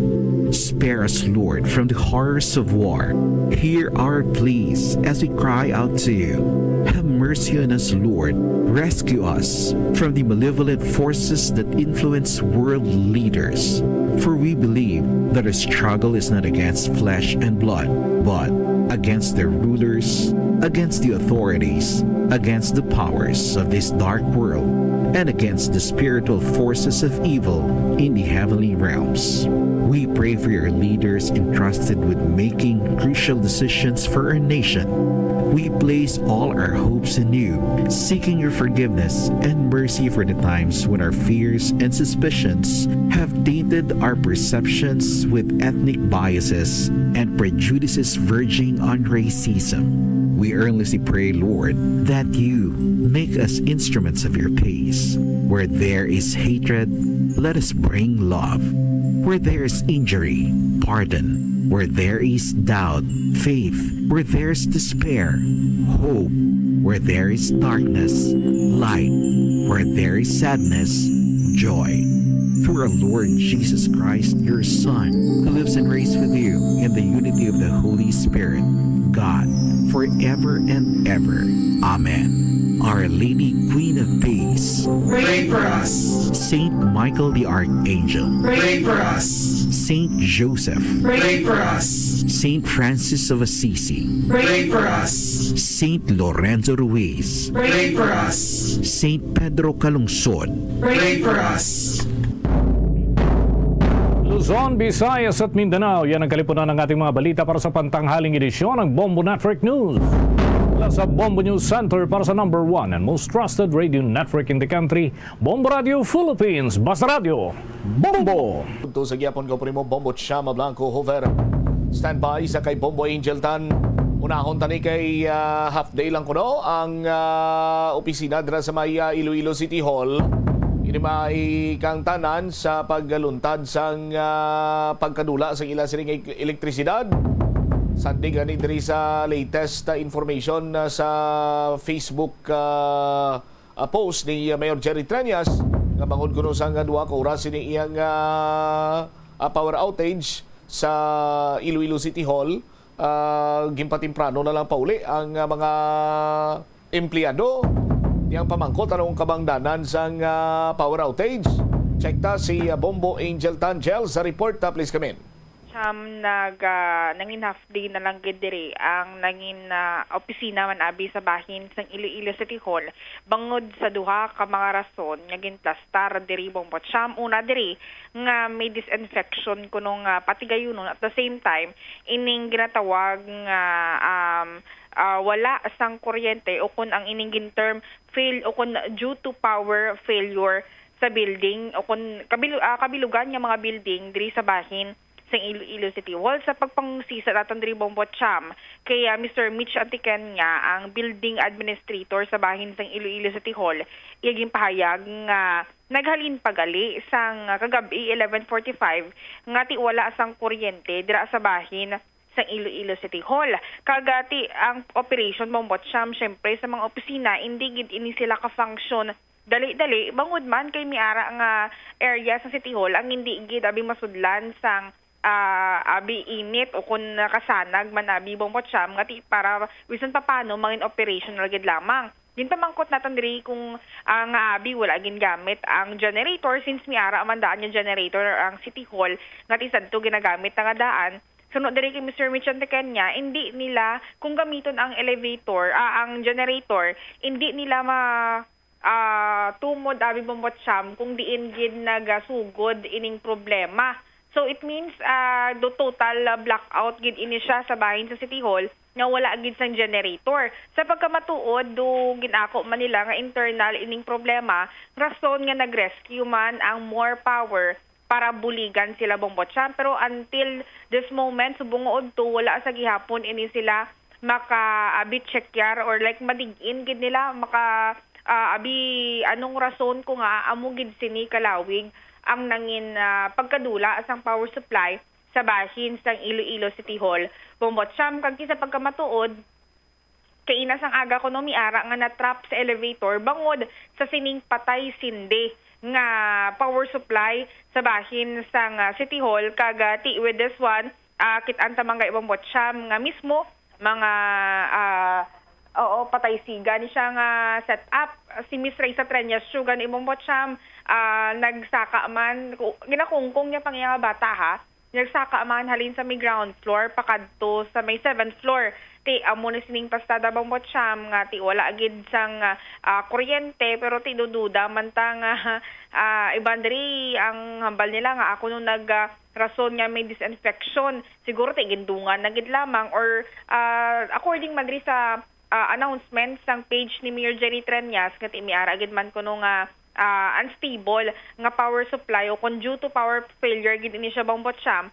So lang taon naton diri kay tilo hindi man gid makahatag on air statement diri si Mr. Mitch Antiken niya pero ti amo na ambal niya within this day hingagawon gid nila nga matapos kag ti do masarangan man kuno sini Bombo Cham nga may ngagaw within the day ining abi pagbalik sang kuryente sa bahin sang Iloilo City Hall. Ginimo ka pa spokesperson ni Mitch Antiken niya. Ako lang nagsaysay Bombo Cham. Amo gani hindi siya ka isrot pagwa ka statement tao siya building administrator da. Muna kay ni do kwanta Bombo Cham ga pangayo kita kun tani isang mas specific balang mga rason kung hindi lang abi nga nagambal nga power failure due to internal problems. Ano nga internal problems gid man ini. So kay damo ang naruya to Bombo Cham mo. Damo alang-alang si sino mga kilala mo nga mga executive assistant da? Si Rodiver. Alang-alang si Mr. Rodiver Hungko, alang-alang si Mr. Boy Trico, Alang-alang si retired General Lawin Porteliano ng pamangkuton ta kay may building administrator. Diba? Sino pa yun ang mga executive assistant da? Alang-alang mangkuton ta si Akap, si Mandre Malabor. Sino pa yun ang mga executive assistant da? Kaya mo na kayo Bombotsyam kay actually Siya ganiya, executive assistant, building administrator pa siya. Ang balo niya lang internal. Ano klase internal na? Kadamo amo na kaning punto ko tani dira Bombotsyam kay kadamo ang naruya gid sila nga nagkadto sa City Hall nga nakibot sila nga wala na gali isang operation kag wala man sila kaintindi kung abi gilayon nga wala sang opisina sa bahin sang Iloilo City Hall iban diri sa ila nagahingagaw pa kuntan isang mga papers abi nga papirmahan or asikasuhon bala Bombotsyam pero kung amo ning plastada nga until buwas sabi kung mag-amo ning setup nga hindi man lang makahatag sang further explanation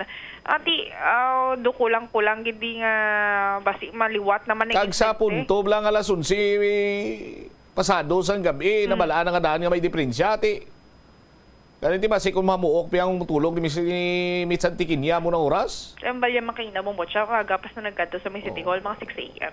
ulatan nyo na yung magbugtaw ko kaya muna paglantaw ko na siya muna sistema bla ang iban to ko nga ibang mo siya na-trap sa elevator okay lang kung aga pa siya nagbugtaw why sa may na-trap tani kay kung bala niya galing ang diferensyado tanong paggamit ang elevator anay mo ginang kwa na ang plastada ilang taon na ni Bombotsyam within this day si Mayor Trinya Sara wala sa tiyan mo ng diferensya kung ay alkalde da kay why na sa kumalo magambal da. Ano pinantipo ni Mayor Jerry Triñas di ang tanan nga pa sa siyudad sa Iloilo kag gibutang na sa opisina ya? Wala gid statement, wala gid sang kuan, wala gid sang do patagay do under investigation pa Bombotsyam do. Mga tao ni nga pinangatagan na ni Mayor Jerry Triñas ang pwesto ay gigamunloy sa alkalde. Inyo katungdanan alkalde pa pasabton nyo? Alkalde ganito may ginabatsyag to subungo? Lato nyo pagidya nga si Mayor yung mahatag sa statement? Kamu na nga ginaswilduan kamo? Kuhaan kamo sa statement, sinuplado pa kamo?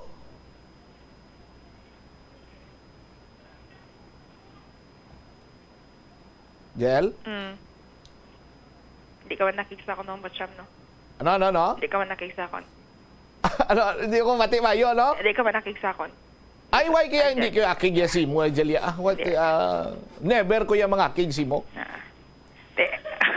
Bantayan na ni Bombotsyam within this day, good man, kung matigayon nila balik abi ang operation sang City Hall nga magsiga abi ang suga gid bala Bombotsyam kay suga or like pati aircon nagbakal ga ito kilala ko ang Graham sa bala Bombotsyam ho.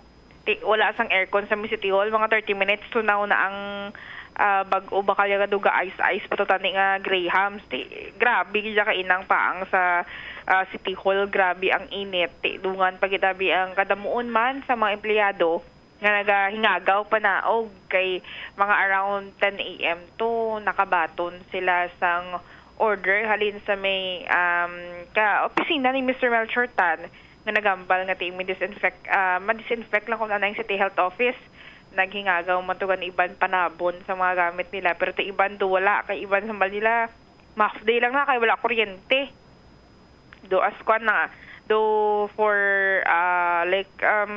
purpose lang gid nga may rason abi or ang muna disinfection pero with this one Bombotsyam dan tawon-ta within this day or tomorrow pagid kung amo sining plastada the last time we do fluctuate amo ni gilikon may memorandum of agreement ang syudad sa Metro Pacific Iloilo Water kay do nagakalatnan sila sa balatian sa Metro Pacific nga kati kung may diferensya to sa ila sini iyang opisina sa ila sini iyang mga pasilidades to untat serbisyo patigay tubig da mong Bombotsyam sa City Hall hindi pa kalabot kisa mo. Kita mo gatang kering pada. Highly urbanized city. Amo na bantayan ta bang Botcham, ano sini mga update man kaga kung makahatag man labi sa iya nga verbal abi nga statement ini si Mr. Michantikanya regarding sa nangin rason kag parati ko matumod gid man abi blabong Botcham, example be nag-overload, nag-short circuit amo nang muning rason na plaster sang maayo kundi malikawan sa sunod kag hindi na abi masulit bong Botcham. All right. Ini si Bombo Angel Pichiliertan para sa the number 1 and most trusted radio network in the country, ang Bombo Radio Philippines. Basta radio, Bombo! Salamat gid da Bombo Angel Tan. Hindi lang kaya mga pumuluyo sa syudad sa Iloilo, pati mga empleyado nga pangayo sa eksplanasyon. Kung nga masubra dua ka oras, sandig sa po si Mayor, pero as per information, malawig na iya ang outage, power outage dira iya sa may Iloilo City Hall. Tisuno sa building administrator, hambal ya kay Bombo Angel nga internal ang problem. Magambal kang internal ang problem. Di ba lahat, may idea ka mo sa electrical? Bumbomel, may idea ka? Ikaw, Chris Lugo, may idea ka sa medical? Sa electrical, may idea ka? Bisan nga may lang, magamba ka nga internal problem. Ano na ang, for example, motherboard, ano na, may large intestine, small intestine? Ano, may tinae? May barok-barokan? May Bumbo Amaya, ang iyan nga idea, lain man eh. Oh. Anyway, amo na bla, sa aton sinima ka Bumbo. Bisan gamay lang kung tani man siniiyang paghatag sang pathag. Oh. Magambal ka nga internal sa di paano nga nagka-internal problem? Oh, sus Maria Kagusip. Pati Sinday Raisaw, kita mo lang gino. Saka sagdanan. No? May mga natrap nga tawag siya ni, empleyado kagayna, kay patay, hindi patay. Lasun si media pa lang, balanta na nga problemado dang kuryente sa Iloilo City Hall. Sa aton sino magkabumbo. No? Do ka balik awot sa explanation nga ti why kuryente gamit ang generator hindi na magamit sa generator kay Blanyo hindi na mabalangro kundi naguma. For Diyos por santo maluoy ka, no?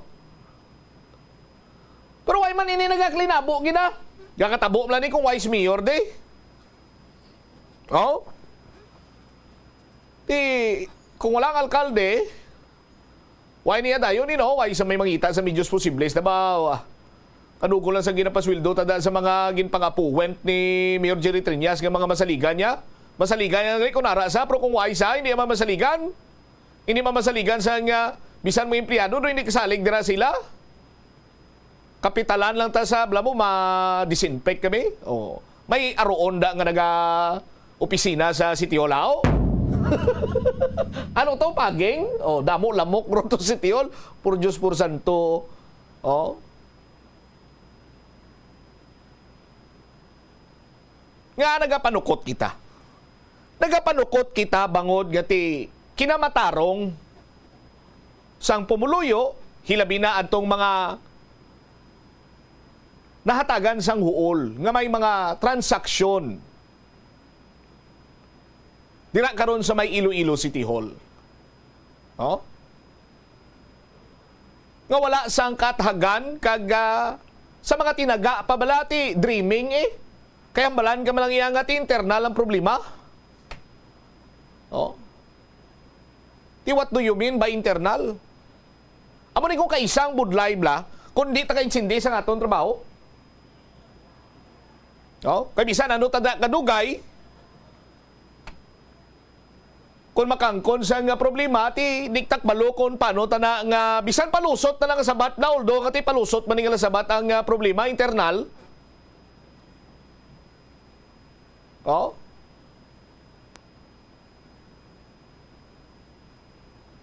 Pero ang pumuluyo sa syudad sa Iloilo, dreaming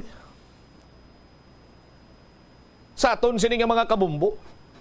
Pwede man kuntani na nga nagkonsulta biang building administrator sa city engineer. Oh.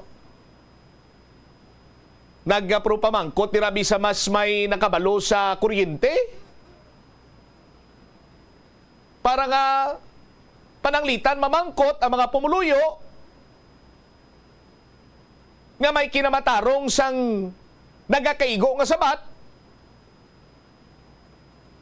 Kay through our taxes, sa munang ginapasweldo sa inyo, kay nagatrabaho kamo sa gobyerno, nagatrabaho kamo sa city government.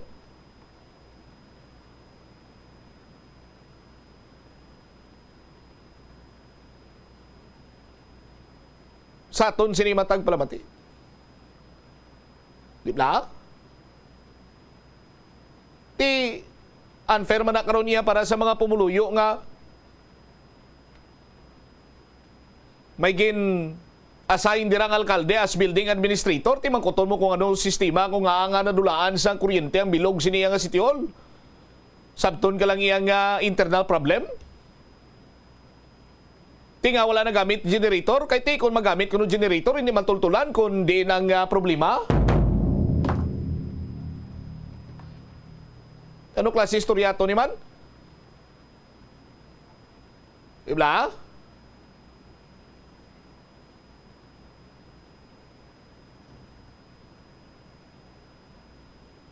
Karon why na sang operation Oh? Why na sang transaksyon dira sa mga Iloilo City Hall? Kaya half day lang sila. Kaya why kuryente? Kag internal ang problema. Anong butsilingon sa internal within sa City Hall, within sa linya. Amo na guro, mahumon, ta na lang mumumil. No? Internal, posible nga may diferensya sa linya. Kung may diferensya sa linya, tani may mga specific offices lang nga madulaan sa kuryente. Tinga bilog gidyaw. Oh.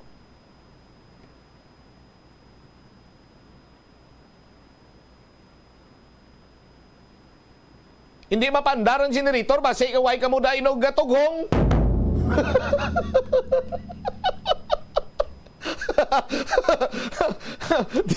Hindi ba? Oh. Basi way kami nung tugong sa generator, ang muna yung ipandar. Araw-araw pa. Oh. Sus, Maria, kagusip po. O, Mayor, generator niya, sir.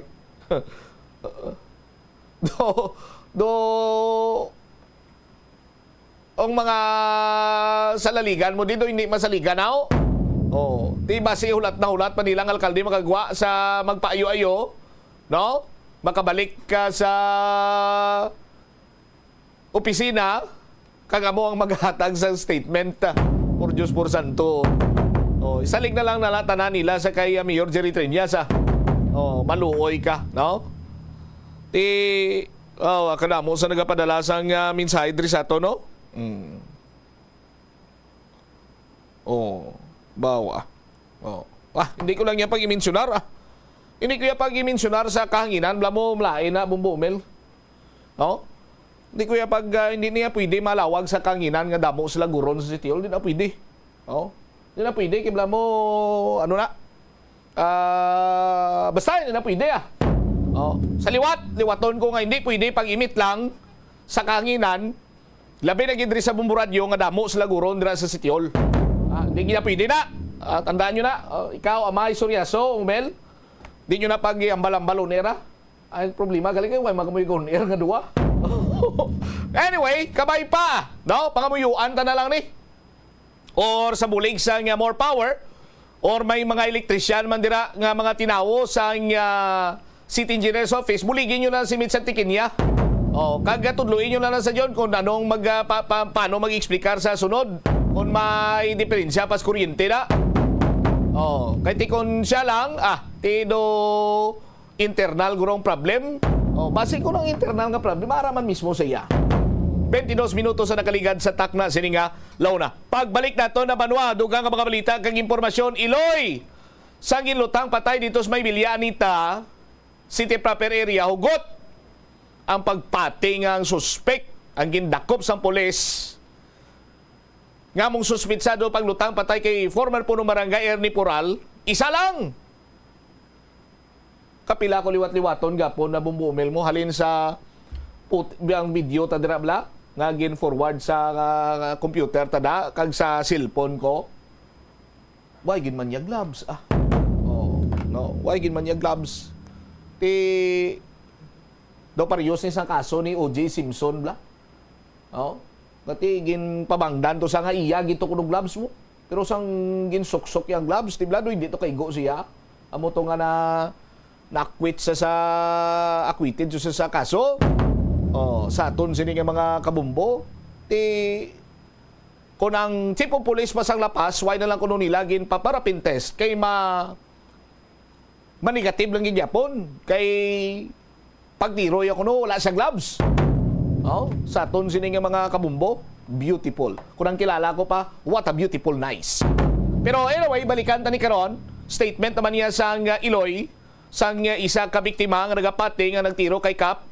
Kang sa iya sining anak, isa lang. Balikan tayo ni matapos sa bilang ka-importante nga mga panumdum. The Farmer's Bazaar, your traditional public market with the touch of Plazuela Dos, ang isa ka lugar nga gintukod sa tion kag sa kasagsagan sa COVID-19 pandemic nga may tinutuyo nga maghatag sa imo sang safe marketing experience. Subong nga ang COVID-19 hindi na gid man dako nga pamahog kag nagapakadto na kita sa next normal. Rest assured nga ang Farmer's Bazaar will further evolve agud nga magpadayon sa paghatag sa inyo sing satisfying marketing experience. The Farmer's Bazaar sa lower level tara na pahamtang ang fish, poultry kag meat section para naman sa inyo mga kinahanglanon nga prutas, utang kag iban pa, magbisita sa upper level pinaagi sa paggamit sa hagdanan o kon sa pagkadto direkta sa parking lot. The Farmer's Bazaar, your traditional public market with the touch of Plazuela Dos.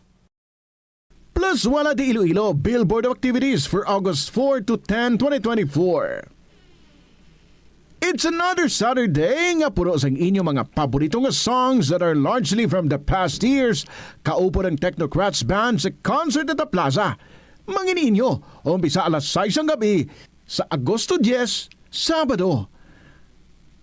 Sa tion sa musical show na pulo ka mga matahom nga Plazuela de Iloilo Special Edition Mags kag madamo pa nga iban ang igaparafol sa mga suki sa Plazuela de Iloilo. Sa Agosto 11, Domingo, ginaagdang tanan nga mangin kabahin sa Eucharistic celebration nga pagahiwaton sa Latolda sa mga adlaw alas 11 sa aga.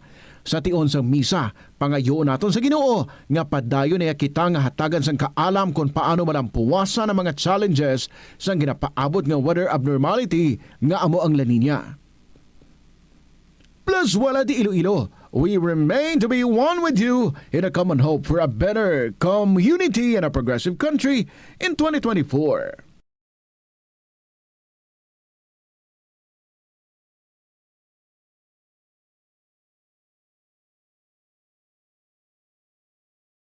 Ang cabbage o kung repolyo masaming nga panakot sa aton mga linuto. Suno kay Vanessa Voltolina. Ang cabbage isa ka excellent source ng vitamin C nga importante para sa pag-maintain sang strong immune system. Ang glutamine isa ka amino acid sa cabbage, isa ka makusog nga anti-inflammatory agent nga nagabulig sa pagbuhin sang joint pain, arthritis kag allergies.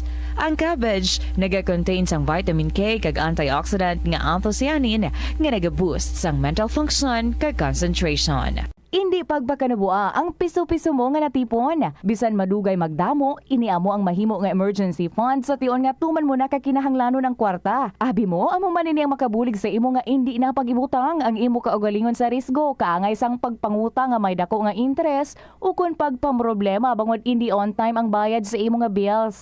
Ang imo man nga savings ang makapaligon sa imo nga saving security sa tion nga abi halimbawa madulhaan ikaw sang obra. Ini nga pahanumdom ang ginadulong sa imo sang the number one and most trusted radio network in the country, Bombo Radio Philippines. Basta Radio! Bombo!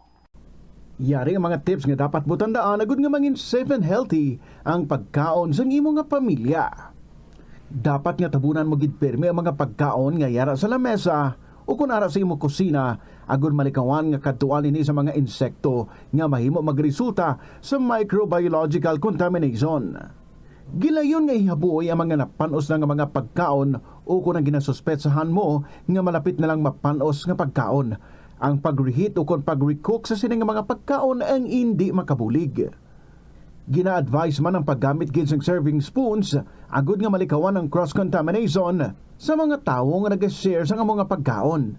Pagi sa paggamit sang serving spoon, ang sino man nga miyembro sang pamilya nga nagkakuha sang porsyon sang pagkaon ang makalikaw nga makakontaminate sang pagkaon, ilabi na kung mayara sang miyembro nga nagamasakit.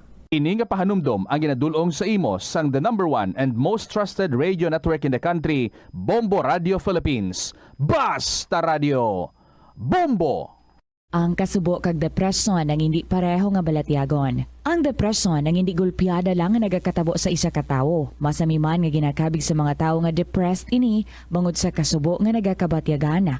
Ang kasubo temporaryo lang nga nagakabatyagan sang tawo kag masami nagadugay sang pilalang kaadlaw. Samtang, makabig naman nga nag-experience ikaw sang depresyon kung masobre na sa 3 ka bulan nga nagabatyag ikaw sang kasubo. Importante nga mahibaluan ang mga naga-trigger sa nga mga balatyagon, agud nga mahibaluan kung paano ini nga bulngon. Yari ang mga importante kag praktikal nga mga pamaagi agud makakinot sang tubig.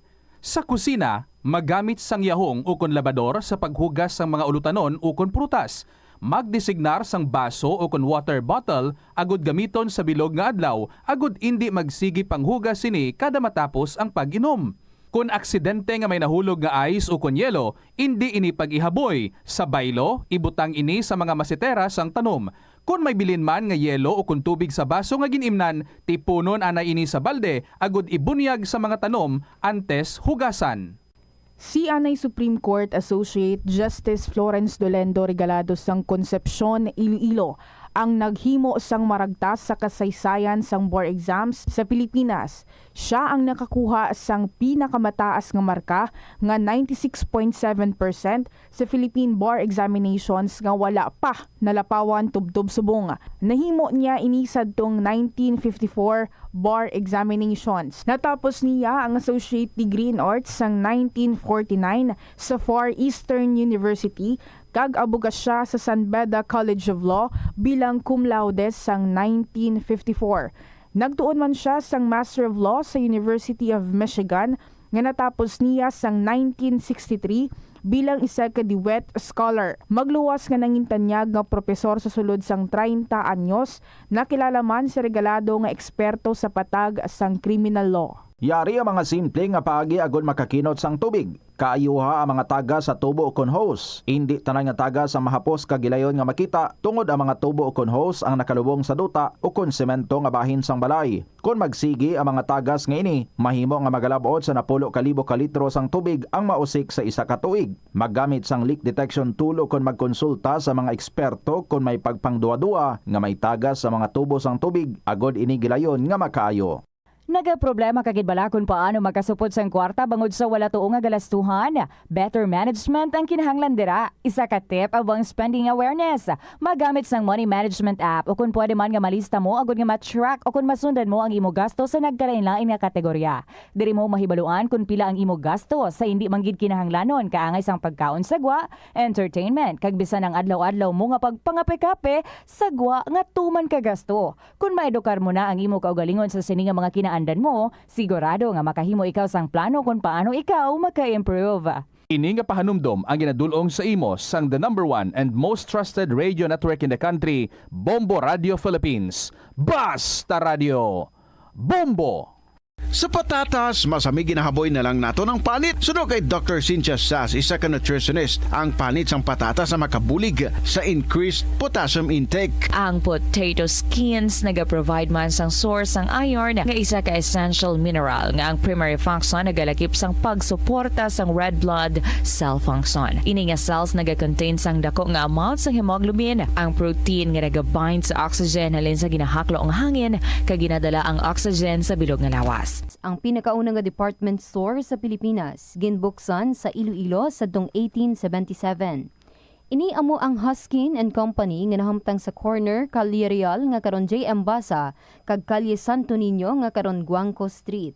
Ginsuguran ini sang British businessman nga si Henry Huskin nga hinablo sang Vice Consul nga si Nicholas Loney kag upod nanday JC Huskin, Herbert Peter Huskin, George Menders Saul, A. Ponce de Leon, E. Garcia kag Gregorio Manuel Loring Sr.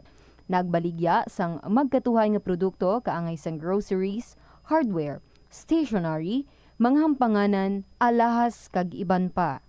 Hindi lamang sa jeans o kuntugas ang katigulangon ang rason sang hair loss o kung pagkaunot sang buhok.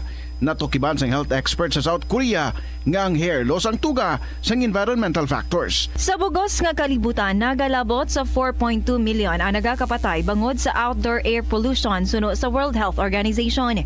Mas sobra 90% sang populasyon. 3 minutos na nakaligad sa takna sa Ningalaw na.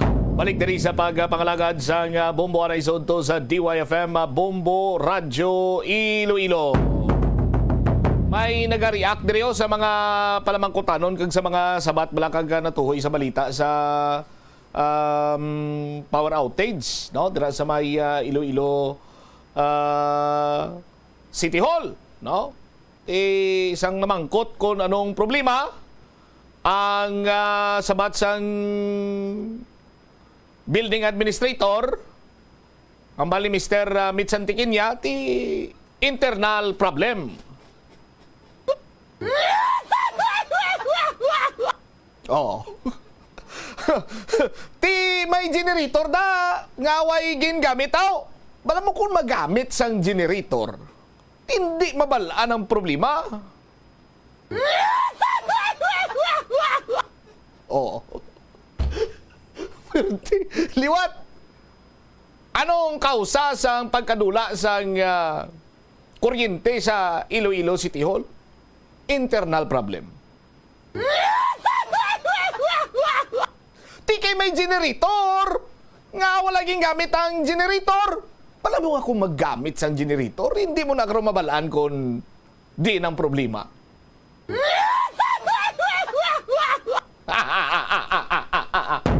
Perte, 35 minutos na ang nakaligad sa takna sinikaron nga launa. Abisa pa bi Bombo Umel. Ano yan ang pamatsyag subong sang mga empleyado sa City Hall? Kay hapdi lang sila.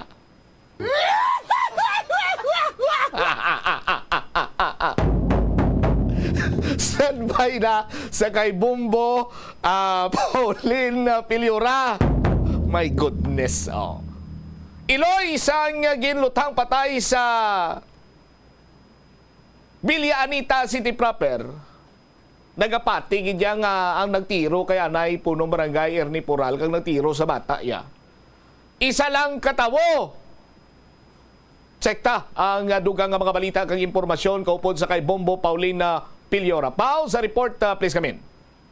Bombo Cham, dako ang pasalamat ng Iloy ni Reynel Lazaro sang nadakpan ang suspect sa pagtiro patay sa anay punong barangay kay punong barangay Poral kung sa diin iya gintuad nga amo man ini ang suspect sa pagbathang sang iya bata sa Villa Anita City proper. Kung madumduman sa atong mga kabombo, ginhatang ini si Reynel Lazaro sa nakaligad nga Marso 2024 sa may Villa Anita kag may igo ini sa dughan. Interview sang Bombo Radyo kay alias Bebe, Iloy sang giluthang sa Villa Anita City proper, kumbinsido ini nga si Guardaya ang suspect man sa pagtiro patay sa iya nga bata.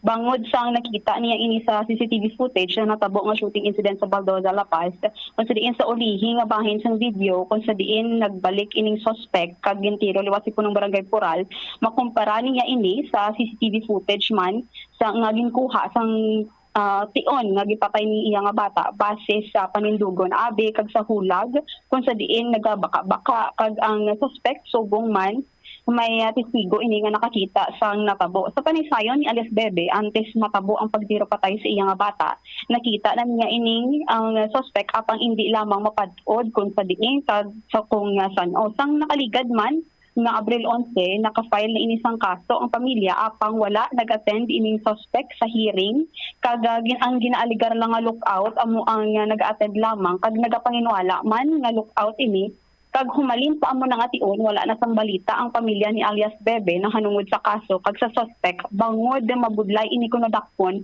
suno sa kapulisan. Angot sini dako man ang pagpasalamat ni alias Bebe kay nadakop na si Guardaya kag mahatagan na sang kaathagan kag hustisya ang pagkamatay sang iya nga bata. Yari bala ang kabahin sang pahayag ni alias Bebe, Iloy ni Renyel Lazaro sang aton interview.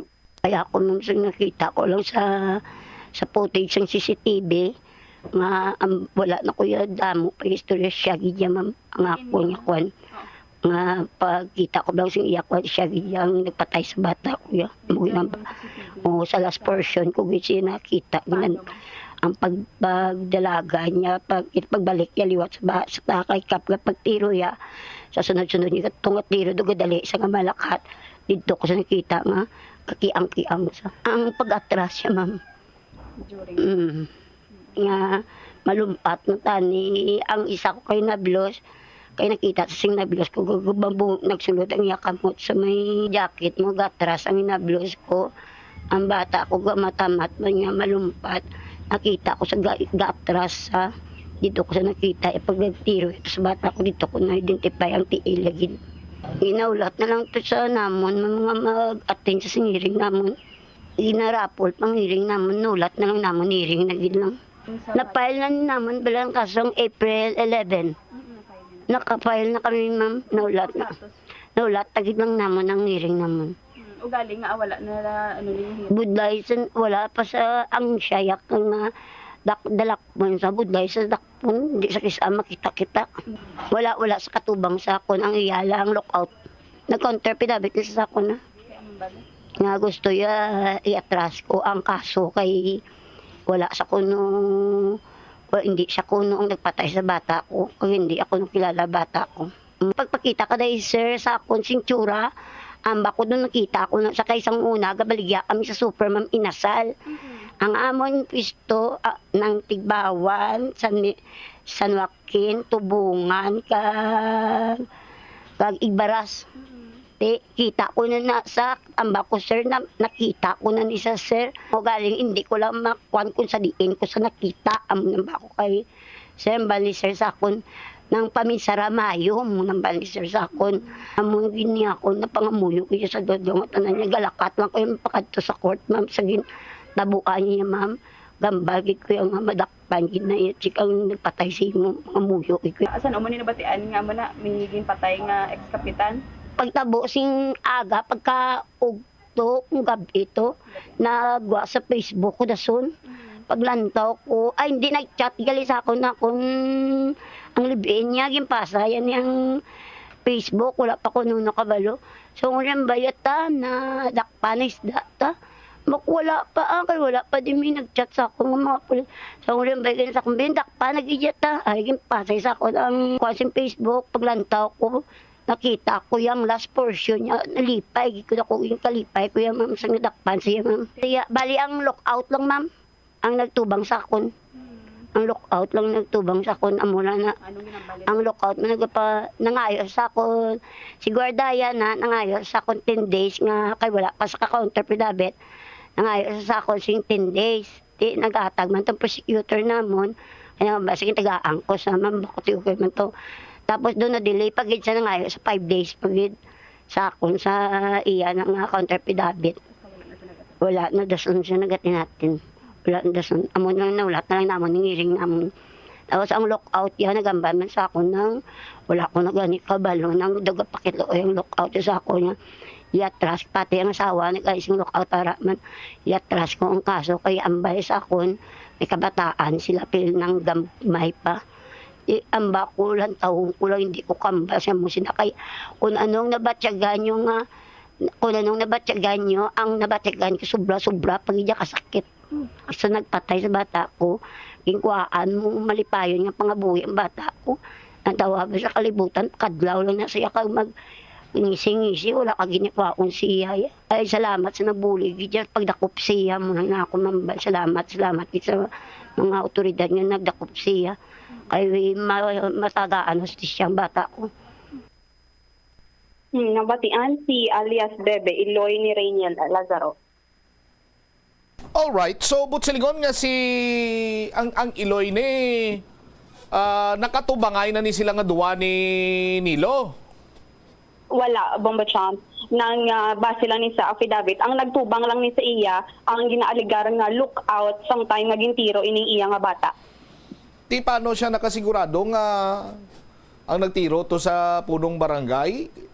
Sa former punong barangay kag sa iya sini nga bata, isa lang kay why siya gali makakita? Why ni makita ang tsura? Amo na ang panaysayon ni alias Bebe kay base man to sa Bombo Champ sa mga testigo kuno nga nakakita sa during sang pagpatay sining iya nga bata.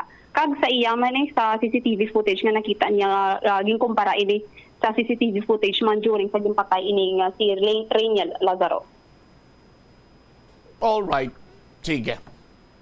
Ini si Bombo Pauline Dumitilio Pilora para sa the number one and most trusted radio network in the country, Bombo Radio Philippines. Basta Radio. Bombo. Salamat kinda Bombo Pauline na Pilora. Ano pa yung mga latest or ang mga naglenabo gani nga may mga krimen nga nagkalamatay do kadamo lang no within 2023 2022 basi si siya maning suspect no Bombo Umel saton sini nga mga kabumbo kay to why di gid sang hinimuan nga maayo ning tawo ni kay siya ding ginatudlok no suspitsado sa duwa sini ka krimen no hambal sang Iloy siya gid ni santo kuno sa mga ginsugid sa iya nga description sang mga nakakita sa aton sini nga mga kabumbo. Tinugalibog ang ulo ko kay na istorya ni sang nanay ni Lazaro ang nagserbi lookout. Paano natumod nga nagserbi lookout to siya? Di ba? Kag kung nagserbi lookout to ang naistorya sang Iloy ni Rainiel Lazaro, anong ginhimo sang kapulisan? Was there a time nga ginpamangkot nila ang ginapasuni lookout kung sino iya upod? Oh. Ano man? Galibog ulo ko bumumel do buron akon pananawan or base kon kadua man ko ginamamahaw. May nag-breakfast ako sa hotel at the same time diri sa babaw gina may ano tong ginkaon ta to bumuduni nga itong may cheese to bala kag ham nga wala na gin luto. Oh. Tinanad ko abi sa fruits mo. Pero ano man, hindi man ko gutom para nga maglibog kag do magburo ng pananawan ko sa nagaklinabo subong. No? Although ginarespeto naton kiti why na iya sang mas labi pa nga naga singgitan kag luyag makaagom sang hustisya kunti ang pamilya sang biktima. Sa aton sini nga mga kabumbo. Pero kung isip-isipon ta, why man gani maistablisar kung anong motibo sa pagpatay kay Rainiel Lazaro? Ang nabalaan sang liya sini nga live-in partner nga ti may threat ini siya. Threat sa ano? Oh? Sa imaswid sa kay punong barangay or former punong barangay Ernie Pural, why man ganito maistablisar ang motibo sa pagpatay sa iya? Kag hambal sang kapulisan tati identified ining ginaresto nila bilang isa ka hired killer. Paano nila natumod nga hired killer ini?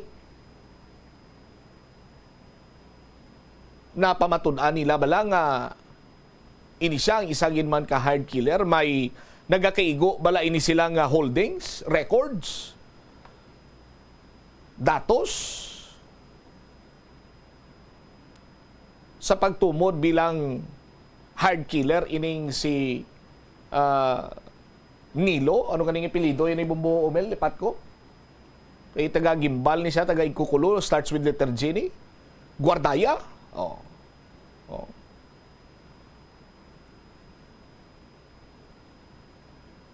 Tikabay pa nga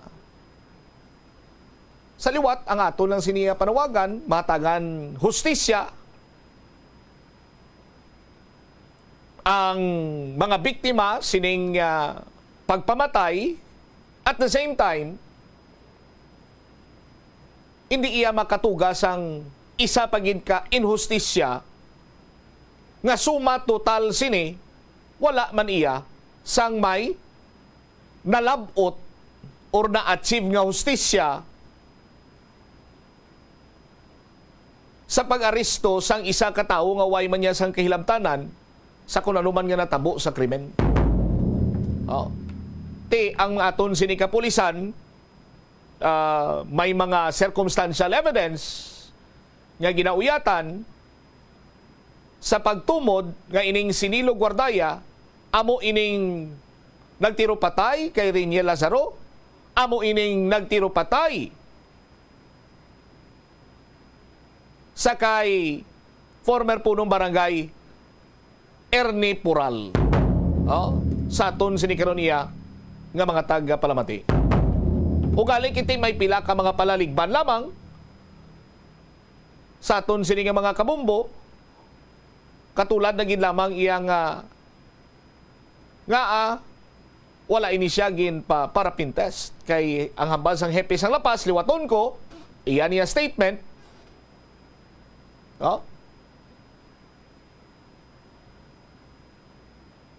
Hindi naman kuno pag ipaparafin test, no need na kay kung ipaparafin test mo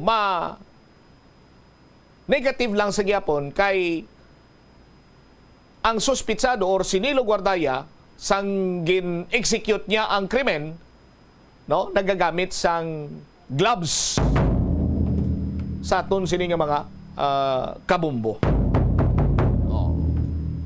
49 minutos sa nakaligad sa takna sini nga launa. Sa piyak gabay ng Police Regional Office 6, nag-ako mismo diri ang Regional Director nga may mga lapses kuno ang Regional Anti-Cybercrime Unit. Rason nga hindi masulbar ang tanan nga sahi isang scam or ining mga cybercrime. Tiyang pamangkot anong himuon ta para nga ang mga kakulangan mapun-an naton, ang mga diferensya matarong naton. Kag ang mga lapses ni madula kag mapasiguro taman nga kung may mabiktima giman sang scam or cybercrime, ini sila ang madakpan kag mga pangatubang sang kaso. Check ta ang follow-up report. Kaupo naman sa kay Bombo Hana Andasa. Han, sa report, please come in. Ginako ni Police Brigadier General Jack Wangki, ang Director sa Police Regional Office 6, nga may kakulangan sila sa pagresolwa sa mga cybercrimes, kapin pa sa mga system nga ginagamit sa Regional Anti-Cybercrime Unit 6. Sunod kay Wangki, samtang nagalakat ang panahon, naga-evolve man ang mga scammer. Kung isipon gani, mas high-tech pa ang mga scammer na kung sa diin mas high-end ang ilang mga ginagamit diri kag kung ano nga mga pamaagi ang ila diri nga gamiton agod lang makapang scam. Apang sa piyak man nga bahin, continuous man ang pag-enhance sang Cybercrime Unit 6. Apang kung kaisa ti ginabaton man nila nga may kakulangan gid man sila, that's why man nga naga-request gid ini sila sang additional pa nga budget man sa national government agud man nga mapondohan ang ining mga system nga gamiton man sa cybercrime unit sang police sang Philippine National Police agud man nga maresolba ang iban nga mga crimes apang diri man mga simple nga mga crimes just like bisa mga scams may capable man ang ini nga Police Regional Office 6 sa pag-crack down o pag-trace down pero sa mga ginagamit nga system nga budlay i-track down hindi gid gawan nila ini ma-track down bombo cham kag nagasalig man diri sa gihapon si Police Brigadier General Jack Wangki sa Regional Anti-Cybercrime Unit 6 nga naga-continuously ang enhance nila sa ilang opisina diri agud man nga makaproduce man sang solusyon sang iban nga mga nagareklamo kung nagapadulong sa ilang opisina nga regarding sa mga cybercrime. Diri subong sa base sa ilang record nagapanguna sa gihapon sa top 10 nga cybercrime diri sa Western Visayas ang swindling o kon estafa kon online scam, nagapangadua diri ang illegal access of computer system, nagapangatlo ang online libel, nagapang-apat ang ATM or credit card fraud, nagapang-lima ang grave threat, pang-anom ang computer-related identity theft, nagapang-pito ang unjust vexation, walo ang grave coercion, nagapang-siyam ang anti-photo and video voyeurism, kag nagapang-pulo ang fraudulent access devices. Kung makita naton diri sa ilang record, nagapanguna sa gihapon ang ining mga online scammers. Kung makita naton madamo sa gihapon diri sa Western Visayas nga di unresolved cases nga kumbaga may badugay na nga mga ginareklamo pero wala sa gihapon masolusyonan man. Pero apang base man sa ila gani nga record sa pulo ka prevalent cybercrime 3 sa first half of the year nga record sa Regional Anti-Cybercrime Unit 6 may 218 incidents kun sa diin mas manubo sang 80 incidents o kun 26.8% compared mo sa the same period last year 2023 nga may na record nga 298 apang sa gihapon gina-consider man sa gihapon sang Police Regional Office 6 Director nga TA Solbaron gid sa gihapon ang ining mga ginareklamo kay usually diri maskin mga scam lang madako-dako man ang mga ilang mga nakuha diri sa mga nabiktima nila bombo cham. Yari bala kay pamatian naton ang pahayag ni Police Brigadier General Jack Wangki. Ga-evolve di ba ang manang hambal ko? Kisya mas high-tech pa ining mga kriminal nga ini sa ilang paggamit sang ilang sa pag-perpetrate gamit sa pag-perpetrate sang crime, especially cyber. So continuously man nga naga-enhance ang aton nga cybercrime unit. So we have to accept kisya may mga kakulangan man, no? That's why we keep on also requesting for additional budgets agud tong we can really improve sa aton nga mga sa aton nga mga kinanglan dira sa cybercrime unit naton. But ang naman ang mga simple naman nga mga crimes for example mga scams, I know they have that they have that capability to track down or trace down. But may mga iban nga nagagamit siyang sistema nga daw medyo mabulubudlayan sila nga ma-track down. But I know ang aton nga cybercrime are also continuously enhancing sa ilang opisina. Diri siya diri sa crime solution efficiency naton that sa mataas ang aton crime solution efficiency amot ang balon ini na file na ini tanan siyang kaso considered as solved, no? Kapag nagambalik kita nga considered as solved, either na-file naton sila siyang kaso or na-solve naton ang kaso ang iban nga mga victims daw hindi na sila interesadong mag-file siyang mag-postro siyang case. For example, may ara kita nga victim siyang theft. May mga time nga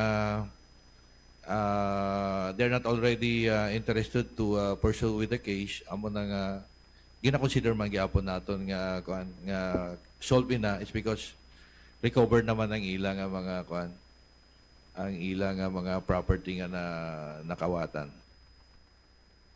Napatian diri Bombacham ang pahayag ni Police Brigadier General Jack Wangki, ang Director sa Police Regional Office 6 na tuhoy sa ining ilaman nga pag-ako sa kakulangan sang mga sistema o mga system nga ginagamit pang sa Regional Anti-Cybercrime Unit to track down sang iban pa nga mga suspects sa ining mga cybercrimes nga nagakatabo diri sa Western Visayas. All right. Ini si Bombo Hana Joy Mendoza Andasa para sa the number 1 and most trusted radio network in the country, Bombo Radio Philippines. Basta Radio, Bombo. Salamat kid na Bombo Hana Andasa. Kung kaisa may mga nagahinder pagid sa pag-perform sang Regional Anti-Cybercrime Unit sa mga pagpangusisa, kiti dumduman yun to ang natabo bla sa may ang kaso bla to sa may pamiyaman bla Bombo Umel nga nasapuan to blang lawas ang babae ito, no? Nalipat ko sang iya sining pangalan, tapos ang natabo nga istansya masaker sa aton sinimatag palamati ngati hindi gali iya makadali-dali panghusisa ang rako kay basi sila kuno maggalapas ang anti-privacy law, Claire Jergos. Galing ti, sige po nagapati kita nga with all the resources sang rako gasulubra lang gani dira kang hindi ako iya magpati nga mas advance pa ang ginagamit nga mga gadget sang mga scammer gani sang mga baldugiro kag baldugira nga masubra pa yung ila sining resources sa aton sining kapulisan. It's a matter siguro, no? Director Wangki, sir, sa punto bala nga kung gusto, damo pamagi. Kung hindi gusto, ti damo balibad. Oh? Kiti kung mag-istorya kita party sa scam. May ara man kita sang para matumod kung siyo nagapanag-iya sila sang numero, may ara man kita sang ginatawag sining ining SIM card registration law. O galing ikatol naman ulo ta sa SIM card registration law kay nagpa-register to ang amo kag ang karton karakter to pasado ko sila. My goodness. Oh? Pero tikabay pa nga mas pasang karon pasang rako no? Kag suportaran man sa aton sini nga gobyerno para nga ila sini nga mapa lapad pagid ang ila sini nga pag-away batok sa sining mga scammer kag iban pa nga mga cybercrime. Alang-alang na ginang aton sini nga tsimpo diri sa aton sini nga pagpangalagad sa Bomboanay Soto, iban sini mga balita, itugyan ta sa iban sini Manusay Public Affairs Program sa Bombo Radio Iloilo. Standby na kamo sa kapon lamang program, kopo naman sa kay Tita Regine. Ini si Bombo Chama Blanco, vergabilin sa imo sa manayanay nga hapon. May God bless us all. Para sa the number 1 most trusted radio network kinakantang Bombo Radio Philippines. Basta Radio, Bombo! Ang tambo o kung bamboo shoots manggaranon sa dietary fiber, low in calories kag power-packed sa essential nutrients. Suno sa pagtuon sa comprehensive reviews in food science and food safety, ang phytosterols kag phytonutrients sa tambo ang ideal sa pagtunaw sang harmful LDL cholesterol sa lawas. Ang antioxidants sa tambo ang essential man sa pagpabaskog sa sulod kag sagwa sang lawas. Suno naman sa pagpanalawsaw sang Journal of Ethnopharmacology, ang bamboo shoots mayara sang anti-inflammatory kag analgesic o pain-killing properties. Paano bala magpain sang basura sa panimalay? Magpreparar sang separado nga suludlan para sa wet kag dry kitchen waste. Magpreparar sang duha ka mga suludlan para sa dry waste sa bilog nga balay, isa sa plastic kag isa sa papel. Ibutang sa isa ka suludlan ang mga bagay nga pwede pa magamit liwat ukon mabaligya kag ihaboy naman sa gwa sang puluyan pakadto sa basurahan ang mga wet wastes. Makakinot kag makakwarta ka na, makabulig ka patipig kag sa katinlo sang imo palibot. Hindi ako ne. Kada 39 segundo, May isa ka tawo nga nagakabiktima bangod sa paggamit sang computer. 8 ka milyon sa kada tuig ang ginaatake sang hacker. Likawan ang mangin isa sa biktima, mangin mahinalungon sa mga ginapanghatag nga impormasyon, protektahan ang kaugalingon, paggamit sang internet pasang karon. Ini nga pahanumdom ang ginadulong sa imo sang the #1 and most trusted radio network in the country, Bombo Radio Philippines. Basta Radio! Bombo! Sa pagbugtaw mo sa aga, cold baladayon nga tubig ang imo ginainom? Ay, dali lang, wait a minute. Para sa ininit. Suno kay Dr. Deborah Weatherspoon, isa ka advanced practice nurse, mas maayo nga mag-inom sang alabaab nga tubig sa aga. Paathag ni Weatherspoon, iniya nagabulig sa lawas nga magpagwa sang toxins kag naga-improve sang imo blood circulation. Sa mga babayi, ang pag-inom sang alabaab nga tubig ay nagabulig man kung ikaw nagasuprer sang period cramps. Kung sa dalan, importante ang speed bumps, amo man ina sa imo galastuhan. Butang kasang slow down nga barriers para mahagan-hagan ang imo galastuhan. Lakip sa sini amo ang pagkakasin ng payment information alin sa shopping apps o kon mobile devices, paghimo sang barriers sa tunga sang shopping cart kag check out. Hindi ka man mag-subscribe sa promotional email sa context kung nabudlayan ikaw mangindi sa sale. Kung kakasun mo ang convenience sa spending, mas makasave ikaw sang imo pinangabudlayan nga kwarta kag sigurado nga malabot mo ang imo financial goals. Ini nga pahanumdom ang ginadulong sa imo sang the #1 and most trusted radio network in the country, Bombo Radio Philippines. Basta Radio! Bombo! Ang Iloilo ang pinakauna nga syudad sa luwas sang Manila nga nakaangkon sang direct shipping lines padulong sa iban nga mga pungsod. Halin sang 1855, nagaserbe na ang Port of Iloilo nga alagyan sang mga international shipping lines nga halin kag padulong sa Australia, Hong Kong, China, Singapore, Europe kag Amerika. September 29, 1855, sang ginbuksan ni Queen Isabella II sang Spain ang Port of Iloilo para sa international market. Mas nangin mahapos pagid ang trade sa tunga sang Iloilo kag Europe, ilabi na sa United Kingdom sang nabuksan ang Suez Canal sadtong 1869. Ang Ilonggo nga si Eugenio Eugene Torre amo ang una nga Filipino nga nakaangkon sang titulo nga chess grandmaster matapos siya ang nagdaog sang silver medal sa ginhiwat nga 21st Chess Olympiad sa Nice, France sang 1974. Sang 1976 sa isa ka chess tournament sa Manila, naghimo pagid sang maragtas si Torre bilang una nga nakaluto sa sadtuanay world champion nga si Anatoly Karpov sang Russia. Si Torre ang nangin malapit man nga abyan sang American chess grandmaster nga si Bobby Fischer.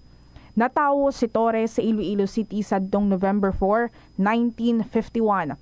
Halos hindi na maisip ang mga medalya nga nahakot ni Torre para sa Pilipinas halin sa magkatuhay nga mga chess tournaments nga iya nadagaan sa magkatuhay nga bahin sang kalibutan.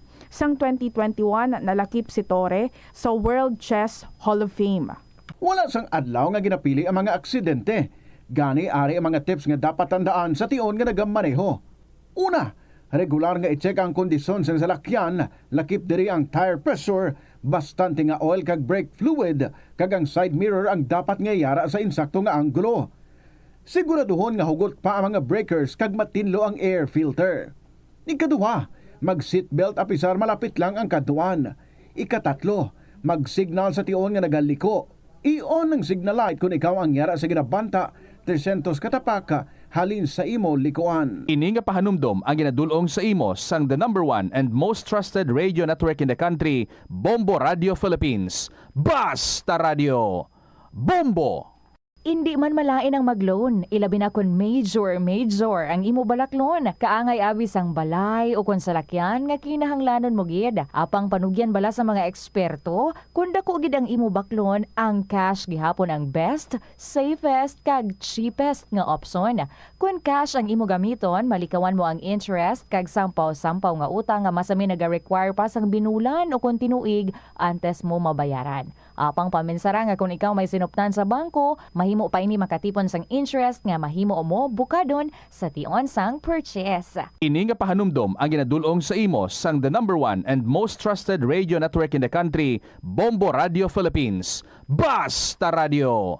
Bombo! Yari ang mga simple nga paagi agon makakinot sang tubig. Hindi mag-shower o kon maligo sang malawig. Sa sulod sang panimalay, kalabanan sang tubig ang ginausar sa pagpaligo. Nagalabot sa 24% sang tubig sa panimalay ang natigana sa pagpaligo sa mga miyembro sini. Ang pagpanubo sang tiyempo sa pagpaligo sang 2 ka minutos ang makabuhin sang 30% sang ginakonsumo nga tubig. Maggamit sang shower timer o kon mag-set sang alarm sa imo cellphone kag ilimit lamang sa 4 ka minuto ang pagpaligo. Kung nagagamit sang shower kag nagahulat pa sa pag-init sang tubig, saluda sang balde ang nagailig nga mabugnaw nga tubig kay sarang paining nga magamit. Nakahibalo ka bala nga ang color ang makaapekto sang imo nga modo? Santo sa pagtuon sang American Home Shield, mayara sang correlation ang color kag mood. Kaangay sang pula nga nagapataas ang blood pressure kag heart rate. Apang mas maayo ang duag nga pula kunyara ini sa kusina, bangod mas nagapagana ini sa pagkaon. Ang shades nga blue kag green ang ginaabiso sa mga psychologist nga kadapat yara sa sulod sang imo kwarto, bangod ini nagapakalma sa paminsaron sang tao. Yari ang mga epektibo nga pamaagi agud mapabilin nga safe ang pagkaon sa imo pamilya. Ipabili ng katinlo. Maghugas sa mga kamot bago mag-uyat sang pagkaon, kag masami nga himuon ini sa tiyon nga nagahanda ikaw sang pagkaon. Maghugas man sa mga kamot pagkatapos nga nagamit ikaw sang kasilyas. Hugasan kag tinluan sa maayo ang lamesa kag tanan nga mga kagamitan sa paghanda sang pagkaon. Siguraduhon man nga safe ang kusina kag pagkaon gikan sa mga insekto, mga peste kag iban pa nga mga sapat. Ini nga pahanumdom ang ginadulong sa imo sang the #1 and most trusted radio network in the country, Bombo Radio Philippines. Basta Radio Bombo! Ang tumandok The Farmers Bazaar, your traditional public market with the touch of Plasuelados, ang isa ka lugar nga gintukod sa tiyon kag sa kasagsagan sa COVID-19 pandemic nga may tinutuyo nga maghatag sa imo sang safe marketing experience. Subong nga ang COVID-19 hindi nagidman dako nga pamahog kag nagapakadto na kita sa next normal. Rest assured nga ang Farmers Bazaar will further evolve agud yung magpadayon sa paghatag sa inyo sing satisfying marketing experience. The Farmers Bazaar.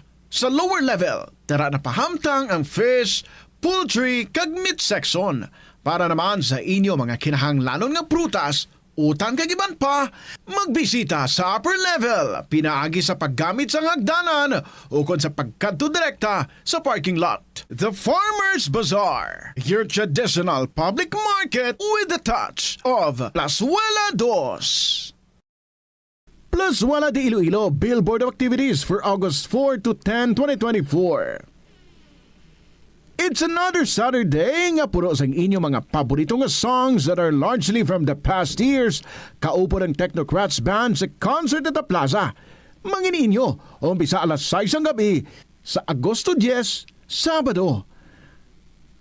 Sa tion sa musical show na pulo ka mga matahom nga Plasuela de Iloilo Special Edition Mags kag madamo pa nga iban ang igaparafol sa mga suki sa Plasuela de Iloilo. Sa Agosto 11, Domingo, ginaagdang tanan nga mangin kabahin sa Eucharistic celebration nga pagahiwaton sa Latolda sa mga adlaw alas 11 sa aga. Sa tion sa misa, pangayo naton sa Ginoo nga padayon na kita nga hatagan sang kaalam kung paano malampuwasan ang mga challenges sang ginapaabot nga weather abnormality nga amo ang La Nina. Plasuela de Iloilo, we remain to be one with you in a common hope for a better community and a progressive country in 2024.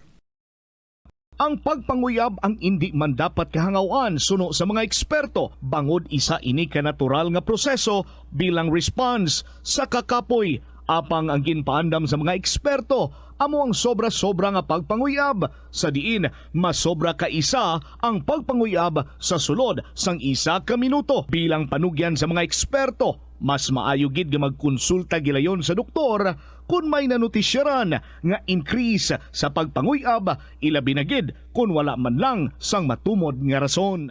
Ang simple nga paghusay sang buhok ang may pila ka maayo nga benepisyo sa lawas. Sunod kay Arthi Ragurama, founder sang Dega Organics nga nagaproduce ng handmade bath kag body products sa New Delhi, India. Ang mga tawo nga may dry hair, ang masami hindi mahilig nga maghusay sang buhok bangod sa kahangawa sang hair fall. Apang, ang masami nga paghusay sang buhok ang makabulig sa blood circulation sa aton nga scalp. Naga-nourish man ini sang hair roots, naga-promote sang growth, kay nagabulig man agod nga malikawan ang hair loss. Sa aroma kag soothing feeling sa pag-inom sang tea, ang rason sang kadamaan nga paborito nga imnon ang tea. Sunod kay Ansley Hill, registered dietitian sa Western Oregon sa Estados Unidos, ang mas sobra 3-4 katasa nga pag-inom sang tea sa isa ka adlaw ang makadala sang hindi maayong epekto sa lawas. Kinahanglan nga moderate intake lang sa tanan nga ilimnon agod ma-achieve ang healthy living. Mas nanamian bala ikaw magtuon sa balay ipaanggid sa eskwelahan nga madamo ang tawo? Isa ka panugyan para epektibo ang pagtuon sa balay, amo ang pagpangita sa designated area agud nga matiniran kung ikaw nagasulat, nagabasa o kung nag-review. Pwede man nga lamesa sa kusina o kung sa desk sa guwa sang inyo nga balay, pero hindi gid maghigda sa imo nga katre samtang nagatuon. Ini bagod nagakatemptar gid ikaw nga magpiyong-piyong, tubtub nga dalayon na ikaw nga matulugan. Siguraduha man nga malimpyo kag organisado ang lugar nga imo ginatun-an. Ini nga pahanumdom ang ginadulong sa imo sang the #1 and most trusted radio network in the country, Bombo Radio Philippines. Basta Radio! Bombo! Yari nga mga epektibo nga pamaagi agud mapabilin nga safe ang pagkaon sa imo pamilya. Lutoon sa maayong pagkaon, ilabi na ang karne, manok, itlog, kag mga seafoods. Sa pagluto sa mga pagkaon nga may sabaw o konsarsa, pabukalan, kag paturon nga nagalabot ini sa 70 degrees Celsius ang temperatura. Bago kaunon, initon sang husto ang mga nabilin nga mga pagkaon o konsudan. Taguon ang pagkaon sa husto nga temperatura. Hindi pag-ibilin ang naluto nga pagkaon sa ordinaryo nga temperatura sa sulod sang 2 ka oras. Ito ang Bombo Radio Philippines. Fully digitalized. Numero 1 sa balita, komentaryo, drama at serbisyo publiko. Bombo Radio Philippines. Bombo Radio Philippines. Ang inyong #1 at most trusted radio network in the country. Basta Radio Bombo! Hello mga kabombo, mayad gid nga hapon sa inyo tanan. This is Tita Regine. Welcome back diri sa Kahapon Lamang program. Today is August 8, 2024. Sa mga nag-birthday dyan, happy birthday lang sa mga kilala ko. happy birthday. Anyway, this is Tita Regine welcoming you sa sining nga hapon, and I'm giving you my most warm and beautiful smile. So give me back your smile, because a smile is a quick prayer of gratitude to God. And a smile lightens your day and someone's day. So panghatag, be very generous of your beautiful smile.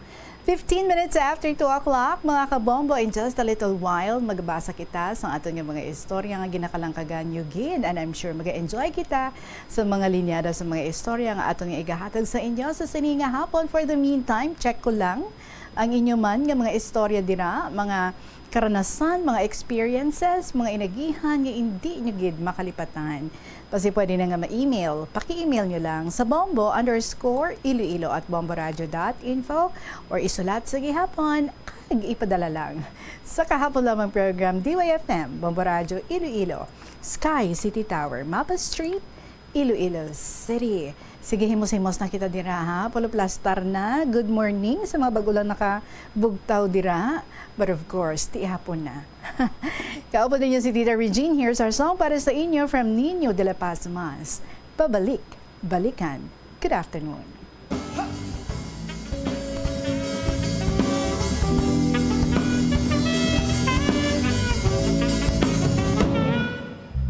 Di sinasadyang mga mata ay nagtagpo at bigla na lang napalapit ang aking puso.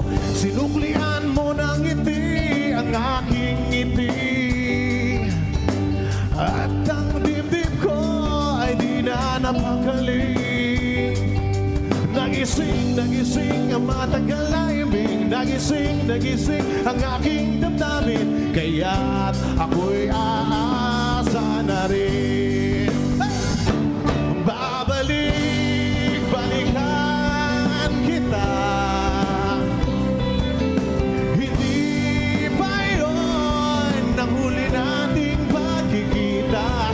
Marami pang nais malaman at mayroon ding nais ipaalam, kaya't balikan kita. Kung walang ulan, ikaw ang siyang naging dahilan na ang umibig ay muli kong natutunan. Malamang maya't maya ako'y nandiyan na naman, pagkat pangarap ko'y muli kang mamasdan. Di ko man maamin ng aking damdamin, ay alam ko naman na alam mo na rin, kaya ako'y aasa pa rin. Balikan kita, hindi pa yun ang huli nating pagkikita. Marami pang nais malaman at mayroon ding nais ipaalam, kaya't balikan kita.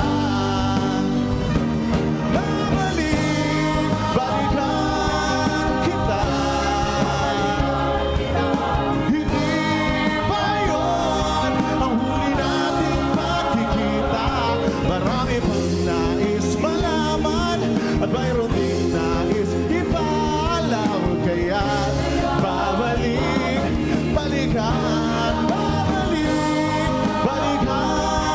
kita.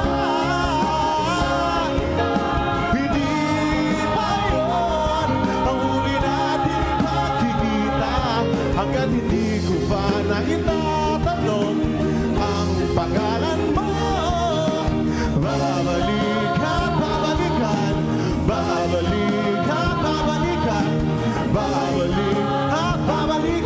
kita. Babalikan kita. Babalikan kita. Babalikan kita. Oo naman, balik-balik lang. If you like something, no, ginabalik-balikan gid man. Babalik-balikan Nino de la Pazmas, exclusive diri sa Bombo Radio Philippines, 19 minutes after 2 o'clock.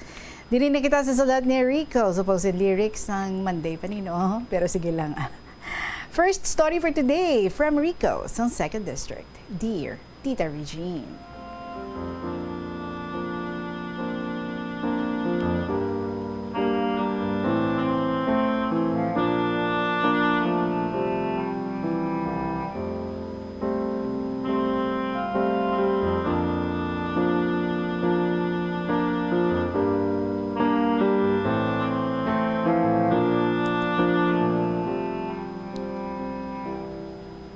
Hi tita, kumusta ka?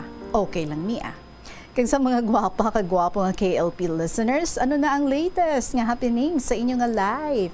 Share din sa KLP pag may time. By the way tita, mayad gid nga hapon sa inyo tanan, ilibinagid kay Lola Amparing, kay Ma'am NB, Miss G, kay Lolo Dencio. Nga miss ko na gid ang iyang mga stories. Lo, I hope nga okay ka na subong, okay na siya, nakagawa na siya sa hospital. Anyway, titayari naman ako nga ma-share sa ako na experience sa mga hindi ko lang niya paghiligay no, medyo sosyalonta lang, Englishonta lang ni. Circumcision portion during summertime. Tibala nyo na, no? Kung ano niya siya sa hiligay nun, do galupok, ginaya nga term. So, ma-sosyal lang kita anay, medyo Englishonta na lang anay, no? Circumcision. Sad to tita, hindi pa uso ang sa mga taga-uma ang pa-circum sa doktor. So ang mga pili lang, nga farmer, mga eksperto sa paghimo sini, ang ginakatuan sa mga solterito para magpa-break sa ilang helmet sa idalom. May mga playmates ako sad to tita, nga paryente manamon, si Jor, kag si Don. Lain man to ya tita ha, ang kilala mo nga Don man ang iyang ngalan. Mapaserkom sila sadto sa tatay ni Jor nga si Fred. Kay mahabol pa ang kutsilyo nga gamiton sa pagpaserkom, ginbaid anay ini ni Fred. Sa makita ini ni Don, nagsiling siya.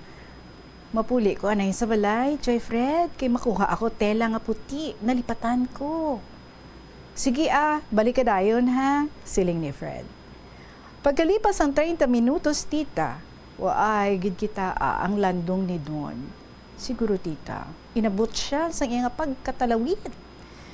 Sa nakaplastar na ang bata niya nga si Jor, ginpausap niya ini sang dahon sang bayabas para ihampol pagkatapos serkom. Tapos nagsiling si Jor, Tay, hinayon mo lang tay ha, kay basi masakit. Una nga pulpog tita, unang syagwit na dayon si Jor nga, do baboy nga ginaihaw, agoy!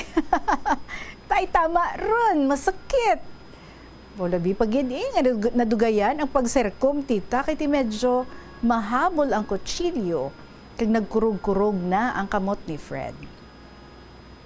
Sa ikaduha nga pulpog, nagtodo pagid ang syagit ni Jor tita. Bation hasta sa baryo, mga 1 kilometer away. Buong abi sa mga tao, may ginaihaw nga baboy. Ti ako nga nag-iisang audience tita, nagkadlaw-kadlaw. Nga doon naluoy kay Jor, kay kadugay matapos ang pagserkom sa iya, kay daw pasmado na ang kamot sang iya tatay. Siguro tita, mga 5 minutes gid, bago matapos, kagkaanom gid ang pulpog. Naubos gid ni Jor tulon ang duga sang bayabas. Orasip na lang sang dahon ang nabilin.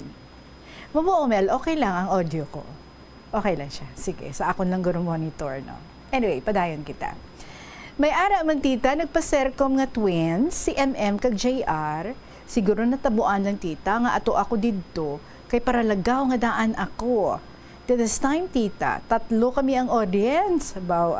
Audience impact, kay gidjagilay permirik. Paglus-lus nila tita, sang ilapants. Balan mo kung anong nakita namon? Kadalag ko, sang ila ikatlo nga batiis. Batiis is the new term. Ha ha ha. So this time, tita, kadasig lang sa pagserkom sa ila. Tag-3 lang kapulpog, gamit ang sanggot nga tama katalom. Kag sa tunga time, tita, putsyong pa ako, pag-amuman si third. Ang foreskin bala ni third, tita, do ka unusual, kay ang korte sini, do ka ang gid sa taro-taro diin bukid. May mga amo ka man nga nalalaman. So sila ni nanay, isang ginabusong pa lang niya si third, may nakita ko no sila, dako nga taro-taro, kag doon nahamot siya sa sinikon maghulag. Natingalag siya ko no, nga sang ginbunag na niya si third, uy ka ang gid ang porma sa iyang foreskin sa nakita niya sa taro-taro. May parts ang head nga nagagwa, kag ang porma sang foreskin, nagapa-heart shape sa palibot sini. Daw pwede man, nga hindi na, pag-iserkom. Sa magedad ako 12 years old, tita. Ginhagad ako sa to ni Errol, nga mag-swimming sa isa ka water bank sa gilid sang Parayan. Siya na serkom na. Na-timingan, nga nag-istoryahanay kami about circumcision. Maisog ni siya tita, kag kaduhagid, magpaserkom. Tinusiling siya sa akon nga, gusto mo magpaserkom, Rick? Siling ko, di, basi masakit. Siling niya, hindi mo na masakit kung nakapahulom ka sa tubig bago ka serkomon. Di, paserkom ka? Siling ko, di sige Puto na encouragement ako dayon tita, kay para dasig man dayon ako kuno magtaas, siling nila. Siling niya man. Tigin tawag niya dayon iya uncle, kay ti iserkom mo na ako. So madasig naglapta ini nga news sa palibot tita. Sa nakita ko na sila sa kahunan nga nagapadulong. Nagtakas na ako sa tubig, kag imaw kami 3. Nagpadulong sa balay, kay didto ako iserkom. Sa nagapadulong pa lang kami tita, madamo nagali isang audience sa nagahulat sa balay, may nagasiling, ay third, hindi kaya magpaserko? Unahan ka pa ni Rico, Isog pa si Rico sa imo. As usual, tita, ginpausap nila ako sang bayabas, kag ginpapungko. Ginsuok ang akon foreskin sa daratulan. Damo, widya sila tita nga nagalantaw. Do artista lang ako. Nagsiling ang manog serkom. Gapusan nyo iya kamot sa likod. Kag tabunis ang kamot ang iya mga mata. Abi siguro nila tita na hadlok ako. Kag magdalagan lang gulpi. Pero no way. Wah! Maisog ni. Wala man ako nakulbaan tita. Kati puro ko sila tanan kilala. 3 lang kapulpog tita Regine. Ayos na. Walang halong drama. Nag-smile pa ako tita pagkatapos. Kaya wala lang isang natabo. So wala na sa may nagsunod nga magpasarkom sa akong tita kay basi nahadlok sila. Nagsiling si uncle ni Errol nga baklan ko kuno sang bulong sa baryo. Di nagpabaryo ako dayon tita Regine kay didto nagaobra si nanay. Kag wala man ako gabaka-baka, normal walking lang, hindi halata. Pag-abot ko sa baryo, nagsiling ako kay nanay, "Nay, may kwarta ka da?" Siling niya, "Insat how, anhon mo." Tas siling ko, "Ibakal ko tani isang bulong." Siling niya, "Anhon mong bulong?" Siling ko, "Nagpaserkom, abi ako nay." Sinanay ko tita Reg, do hindi magpati. Based sa iya nga facial expression nga nakita ko, nagsiling siya, "Abi palantaw, bi, basi nagalahog ka lang." Pati si nanay mo, hindi magpati, Rick. Tingin palantaw ko, tita. Siguro hindi siya magpati, tani, kasi medyo mahinhin ako. Tapos, mapasirkom. Ay, tita, sa pagkagabi, na tiyempo tagtululog. Dira nagali ka umpisa ang pag-antos ang busog sa pilas. Halos mga 3 nights nga wala ako tinulugan. Kay permi lang gabusog. Ginahugasan ko ini tita sang gilaga nga daon sa bayabas kun mag-cleaning time every morning. Kun aga abi tita, ginalagas-lagas ako ni Don nga masyado gid katunto, parte kason lugiro. Ano pa? Nagkinamatis. Nagdako ini tita nga daw nagbanog. Parang jumbo na ang palaya. Ambisyoso. So si Donya, why ba yung serkom yapon sa mo to nga time? Mas gulang siya 5 years sa akon. Kag nagpaserkom na lang sila ni cousin niya sa doktor sang ulihin na. Si third ya, after 3 years pa bago naka-decide nga magpapal... Ay, hiligay nun gid. Magpaserkom. Siguro ba si mahuya siya, no? Kung makita sang iban or sang iya uyab, ang korte, sang iya nga birdie. Ay, nako, hasta na lang anay diri ako, tita. Sa masunod naman, nga pag-inistoryahan na, madamang gid nga salamat. Rico, sa 2nd District.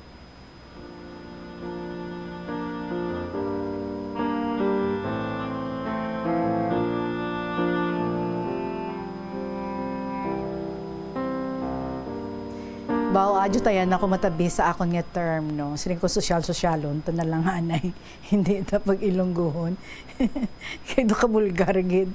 Anyway, hala ka tunto sa imo, Rico, hindi lang imo self, ang imo gin reveal diri, kundi pati patuya ang mga kaugdanan mo. But anyway, isang una pa man to, no? Kag ang kasadya lang, gid. Kaya ito, gid ba, no?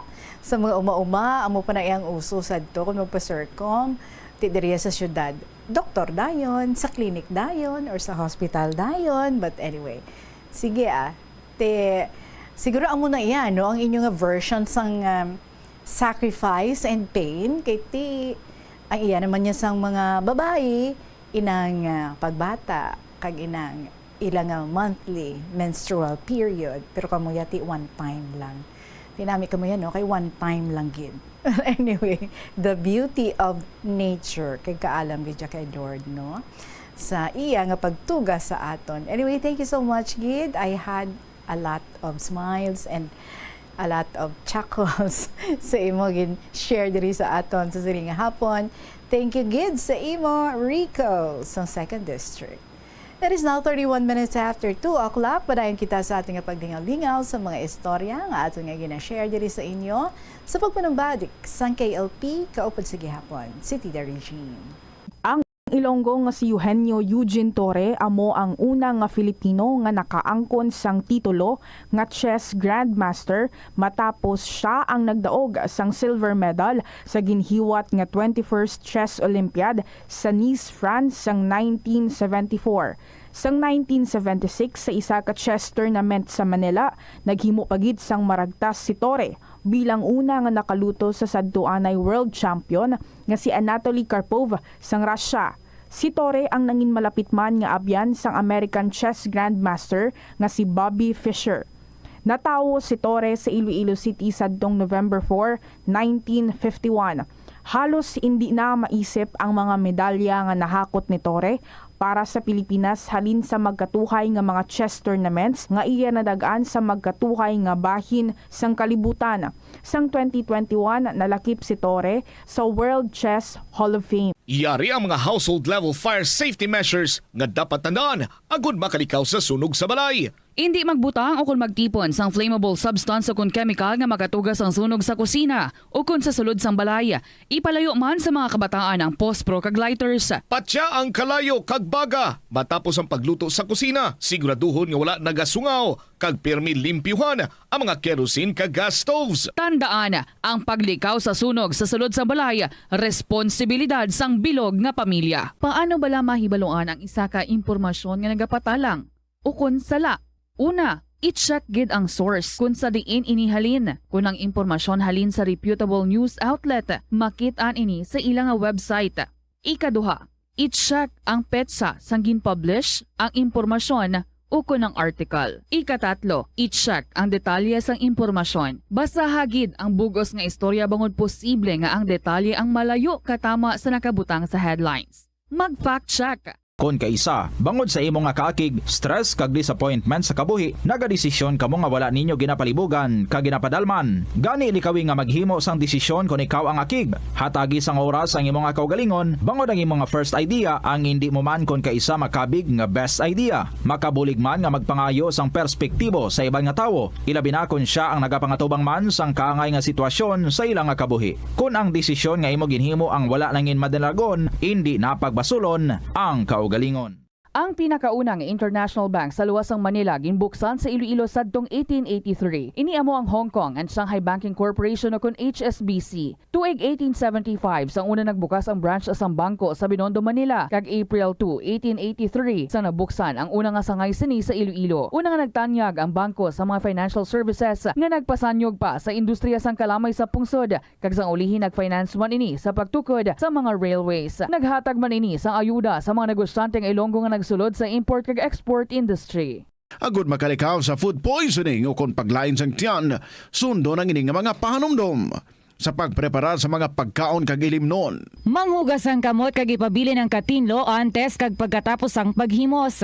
Kung nagamasakit, likawan ang pagpreparar sang pagkaon para sa iban. Siguraduhon nga naluto sang husto ang pagkaon. Kung mahimo, kauno ng pagkaon samtang mainit pa. Siguraduhon ang katinlo sang pagkaon agud ang selebrasyon mangin mas malipayon.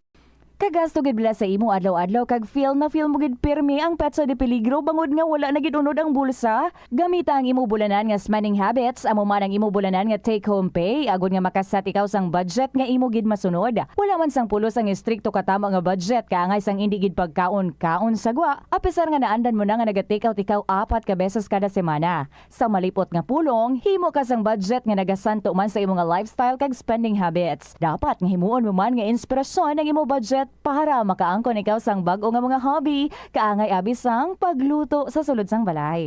Ini nga pahanumdom ang ginadulong sa imo sang the #1 and most trusted radio network in the country, Bombo Radio Philippines. Basta Radio! Bombo! Kung sa imo pagbugtaw, magpalanakit man lang ang imo lawas, base hindi ka naman namian magtulog. May panugyan ang pain medicine specialist nga si George Gergis. Simple lang. Una, maglikaw sa pagkaon nga nagapromote sang inflammation. Pilion mo ang madamo nga utan, prutas, whole grains kag seafood bangod ginapataas sini ang antioxidants nga nagabulig sa pag-reduce sang inflammation. Mag-exercise apang hindi man pagpatamaan. Ang movement nagalubricate sang joints gani nga makalikaw sa pain kag stiffness. Ang cyberbullying among paggamit sang offensive kag masakit nga mga tinaga online na ukon pinaagi sa text. Ang bullying ang nagatuga sang kasubok kag depresyon sa biktima. Magluwas ni, magabatyag siya sang kaakig, pagkadula sang interes sa mga butang nga iya naluyagan kung ikaw ang ginbully. Una nga tika nga imo himuon, amo nga magpangayo sang bulig sa tawo nga imo masaligan. Paano ka bala makabulig nga mauntat na ang bullying? Simple lang, don't be a bully. Hindi mag-post online nga makahatag sang sakit sa balatyagon sa isa ka tawo. Kadungan sang pagtigulang, nagataas man ang risgo sang vitamin deficiencies nga nagatuga sang physical kag emotional changes. Santo sa isa ka scientific study, ang B vitamins ang importante agod nga mag-function ang body cells nga nagabulig sa metabolism, paghimo sang bago nga blood cells, kag nagabulig sa pag-maintain sang healthy skin cells, brain cells, kag body tissues. Magluwas sa supplements, lakip sa mga pagkaon nga bastante sa vitamins sa ang karne, whole grains, prutas, gatas, cheese kag mga ulutanon. Mga kabombo nga motorista, yari ang mga pamaagi agud makatipid ka sa gatong. Ipasiguro nga yara permi sa maayong nga kondisyon ang imo salakyan. Check yara ang imo nga goma kag siguraduha nga yara sa husto nga tire pressure. Likawan nga naka-idle ang makina sang imo salakyan bangod nagakonsumo ini sang gatong. Buksi ang bintana sang imo salakyan kag magamit lamang sang aircon kung kinahanglan. Kag pakamaayuha nga mag-commute na lang o kung maglakat-lakat kung malapit man lang ang imo kadtuan. Likawan ang aggressive driving kag padalagan ang imo salakyan sa husto lamang nga katasigon. Paano ipabilin nga matinlo ang ginakaon nga mga prutas kag utan? Dapat nga regular ang paghugas ng kamot nga may habon sa sulod sang 20 segundos bag-o kag pagkatapos mag-uyat sang anuman nga butang. Hugasan sa maayo mga prutas kag utan gamit ang tubig bago ini kaunon o kun isimpon sa ginaluto nga pagkaon. Likawan nga maggamit sang habon o kun bleach o kun anuman nga kemikal sa paghugas sa mga ini. Lutuon sa maayo ang mga utan agod mapatay ang mga mikrobyo nga nagatapik diri. Kung ikaw may ubo o kung sipon, mas maayo nga itugyan na lang sa iban nga miyembro sang pamilya ang paghanda sang pagkaon agud malikawan ang cross-contamination. Ini nga pahanumdom ang ginadulong sa imo sang the #1 and most trusted radio network in the country, Bombo Radio Philippines. Basta Radio Bombo! Yari ang masunod nga mga energy safety tips agud maging safe ang tanan. Sa tion sang bagyo, kung may anunsyo na nga storm warning, mag-charge na sa mga cellphone, emergency light, kagiban pa nga mga device, bangod mahimo nga madula ang kuryente. Likawan ang paggamit sa mga appliances kung may bagyo. Sa pagpamati sang balita, mas maayo nga magamit sang battery nga radio. Kung ginalauman ang pagbaha sa inyong lugar, mas maayo nga i-off gilayon ang main switch kag circuit breaker. Agud malikawan ang disgrasya kag pagkaguba sini. Magtipid sa paggamit sang kuryente, pinaagi sa mga masunod. Maggamit sa mga energy-efficient nga bumbilya, kaangay sang compact fluorescent bulbs ukon LED lights, imbis nga incandescent bulbs. Patsyo ng mga suga. Next story is from FNB, sang 4th District. Thank you, Gid FNB, for the many pictures nga yung mga gin-share diri sa aton. So, sa mga nag-watch dira, you would be seeing a lot of pictures from FNB. Dear Tita Regine.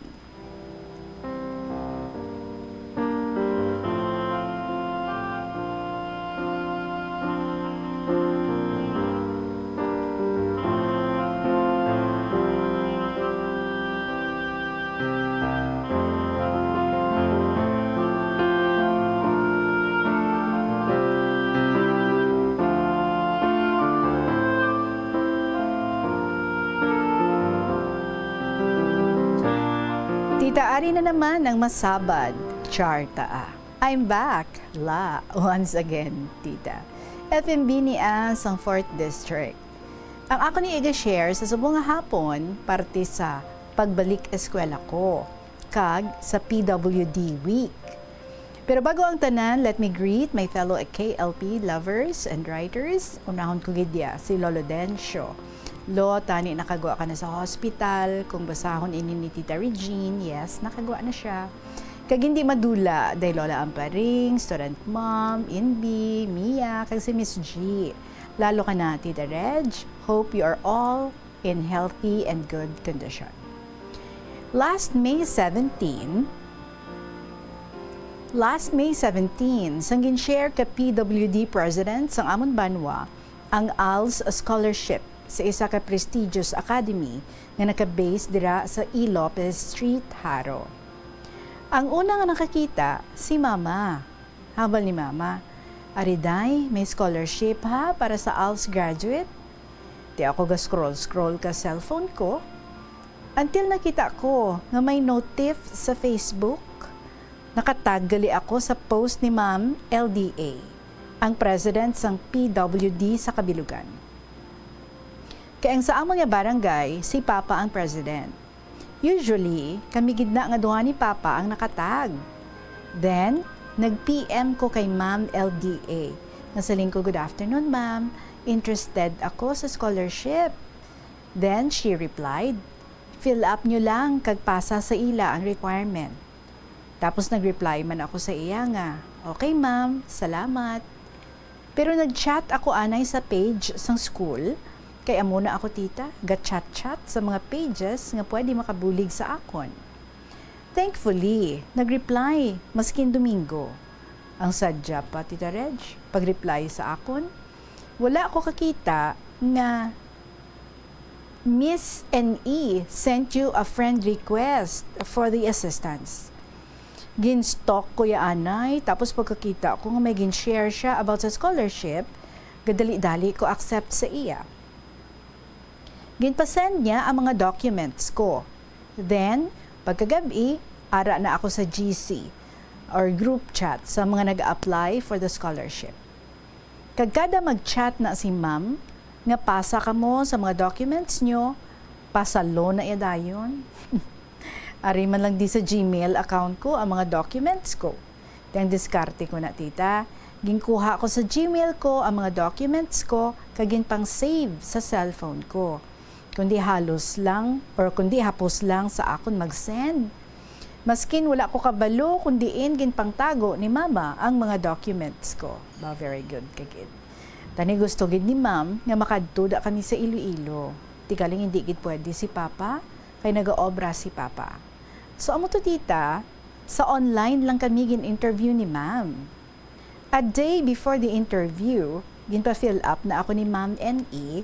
kaya ginabala niya ako nga kung ano gin-fill up ko, dapat amo na lang na ang isabat ko sa iya, magpamangkot siya the next day. Naging maayos man ang interview, tita. Kitapos nagpanotaryo na si ma'am. June 2, nakibot day mama kag papa nga nagsinggit ako. Wala sila kabalutang, agin pasa na sa ako ni ma'am ang result. And the result, tita, I passed the scholarship. Wow. I was so happy that time, tita. Gin-post ko dayon sa Facebook ko. Then I forwarded it to my aunties, kay Ma'am LDA, kag sa akon nga adopted nga magulang nga si Kuya NJP. Tiyamba ko na sa ila sa chat ko. I made it. Then nagtawag si Kuya NJP sa akon. He congratulated me. Habal ko, thanks man sa pagbulig, kuys. Si Kuya NJP ni ang isa sa nagbulig sa akon para nga makompleto ko ang mga forms ko. Si Ma'am LDA, nag-post man siya and she congratulated me in her post. Tapos, July 20, nag-orientation day day mama kag papa sa eskwelahan. Nakibot ako pag-chat ni mama nga, Baw FMB, ang eskwelahan mo, kurulbaan, puro English speaking. Pambi ko ano gid ang kurulbaan, tinag-react ako dayon sa message niya sang ha ha ha. Gisabat ko man si mama, nga siling ko tani gin English niyo kuris-kuris Then nagbakal na lang day mama kag papa ka mga school supplies namo ni KM. July 22 to 26, PWD week namon. Una-una hindi ako tani magupod sa PWD week. Gusto ko tani mag-review. Galing, ginapilit ako day mama. Hambal na nila sa akon, na hindi ka magupod, how? Hambal bala ni Ma'am LDA, all PWD. Di, wala ko nahimo. Nagupod na lang ako. First day, Zumba. Tinagupod ako. Second day, Couples Day. Tinag-absent ako kay para lang tuya sa mga couples. Third day, Kiddie Day. Ti ara si Jolly, ngabi, ti isa dyan sadya ka mga bata. Fourth day, wala naman ako kay panghatagay ka assessment devices such as wheelchair and crutches. So pagkahapon, nag-message sa GC ang asawa ng isa ka PWD member nga contestant pagkaaga sa talentadong PWD. Ang talentadong PWD sa day 5 na. Sang nabalaan ni Mama nga may talentadong PWD, ginpahimo niya ako tula parte sa mga PWDs.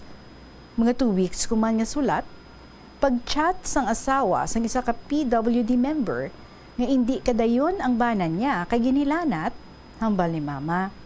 Ang imo nga tula, day, amo na lang na ang i-entry tabwas sa talentadong PWD. Pagkaaga, ginistorya ni Mama si Ma'am LDA nga kung pwede, ako lang mabulos sa among nga representative. From special participation lang tani ako to contestant na gid ako. Gusto ko tani si KM ang mabasa. Hindi siya pwede kay mabrigada siya that day. Ang nagbasa ka spoken poetry si Mama. Kay kung ako lang ang mabasa, sigurado tita, hindi nila ako maintindihan. Tapos pagkahapon, gin-message ko si Ma'am NE kung pwede ko mapasa sa GC ang spoken poetry na ginhimo ko. Ginbasa anay ni Ma'am NE, tapos nanamian siya.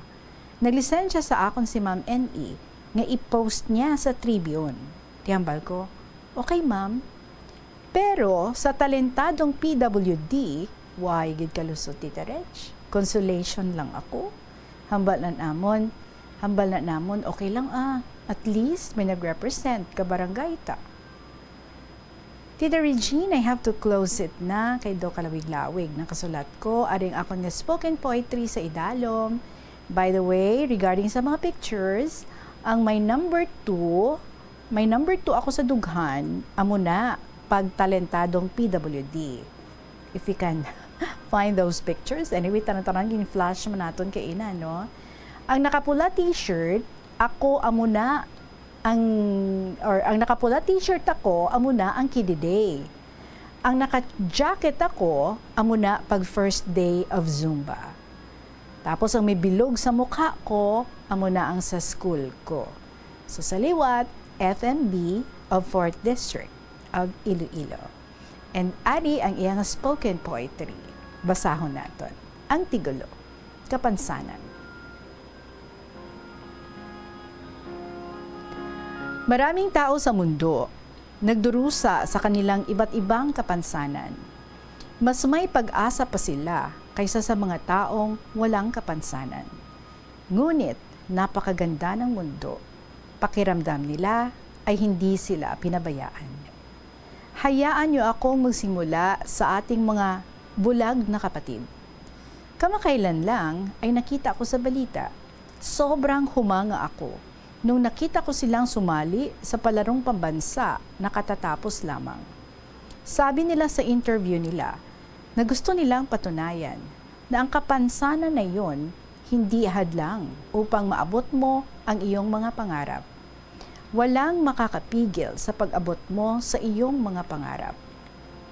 Pumunta tayo sa mga minamahal nating kapatid na bingi at pipi.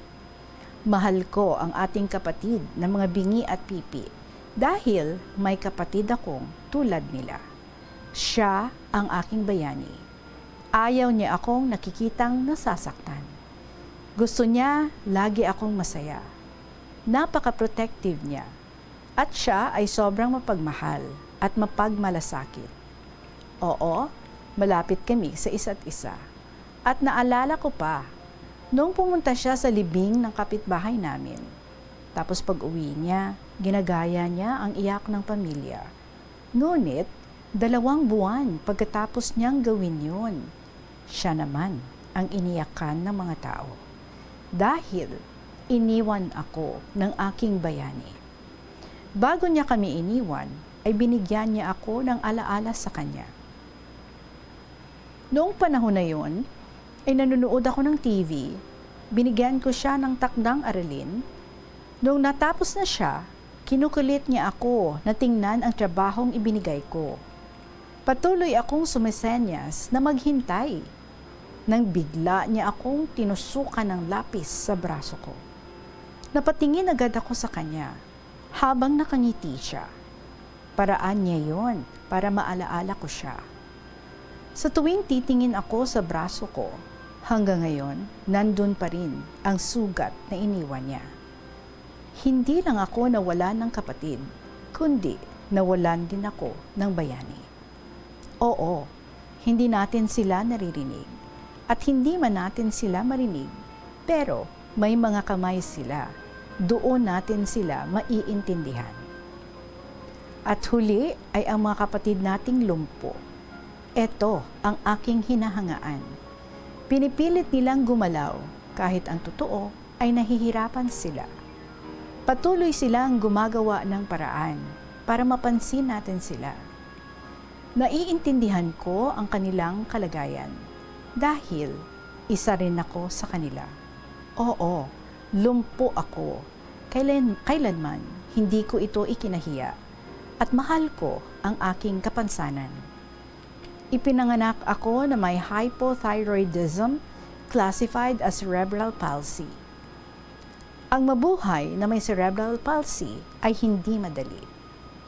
Noong nag-aaral ako sa elementarya, ako ay tinutokso ng aking kaeskwela. Bilang nasa batang kaisipan ko pa noon, gusto ko sanang isawalang kibo ito. Pinigilan ko ang aking ina na pumunta ng eskwela. Subalit, ako ay nabigo. Hindi ko napigilan ang aking ina. Sinabihan niya ang nanukso sa akin na huwag na itong uulitin. Dahil kung hindi, pwede siyang makulong. Kaya mula noon, wala nang nanunukso sa akin. Iba't iba man ang dahilan ng ating pagkalumpo. Iba't iba man ang dahilan bakit pipi at pingi. Iba't iba man ang dahilan ng pagkabulag. At iba't iba man ang dahilan kung bakit tayo may kapansanan. Lahat tayo may halaga sa mundo. Huwag mong ikahiya ang iyong kapansanan. Ipakita natin na malayo pa ang ating mararating. Kaya nating makipagsabayan sa kanila. Again, FMB, Sangfort District.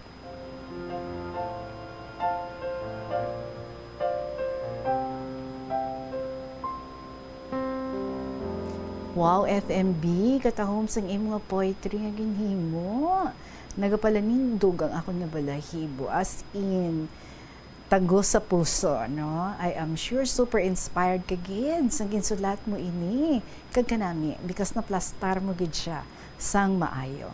Who knows kung wala siya, no? Nagdaog sa amo to nga time sang PW Week ay base, no? May nagahulat nga isa ka avenue para nga mag-shine gid ang ining imo nga tula. But for now, we really appreciate it. So I'd like to say congratulations sa imo. You have a talent in making poetry. Kag naga-shine man, no, ang imo nga goodness, naga-shine ang imo nga effort to inspire other people, kag naga-shine ang imo gid nga inspirasyon nga ginabilin sa aton tanan. Yes, indeed, ang mga kauturan naton nga mga physically challenged nga masiling naton, nga there are times, no, nga mas better off pa sila sang sa aton nga hindi challenged, nga wala sang kulang sa aton nga kalawasan, pero sila despite sang mga challenges nga ilang nga ginapangatubang, despite sang mga kabudlay nga ilang nga mga ginapangatubang, they simply never stop appreciating life. Kag amo na ang pinakamanami sa tanan, no? They shine to let us know nga kita hindi challenged, that life is beautiful. And we just have, to keep going, keep pushing until makalabot kita sa luyag naton nga laboton. So saludo kita sa imo sa pag-ubra mo sa sining manami gid nga point kag saludo kita sa tanan nga mga physically challenged naton nga mga kauturan. Good luck sa iban mo pa nga mga endeavors sa imo nga pag-eskwela as of this time, and maybe later on sa iban pa nga mga opportunities nga maga-open para sa imo. Maraming salamat sa imo, FMB sa 4th District of Iloilo.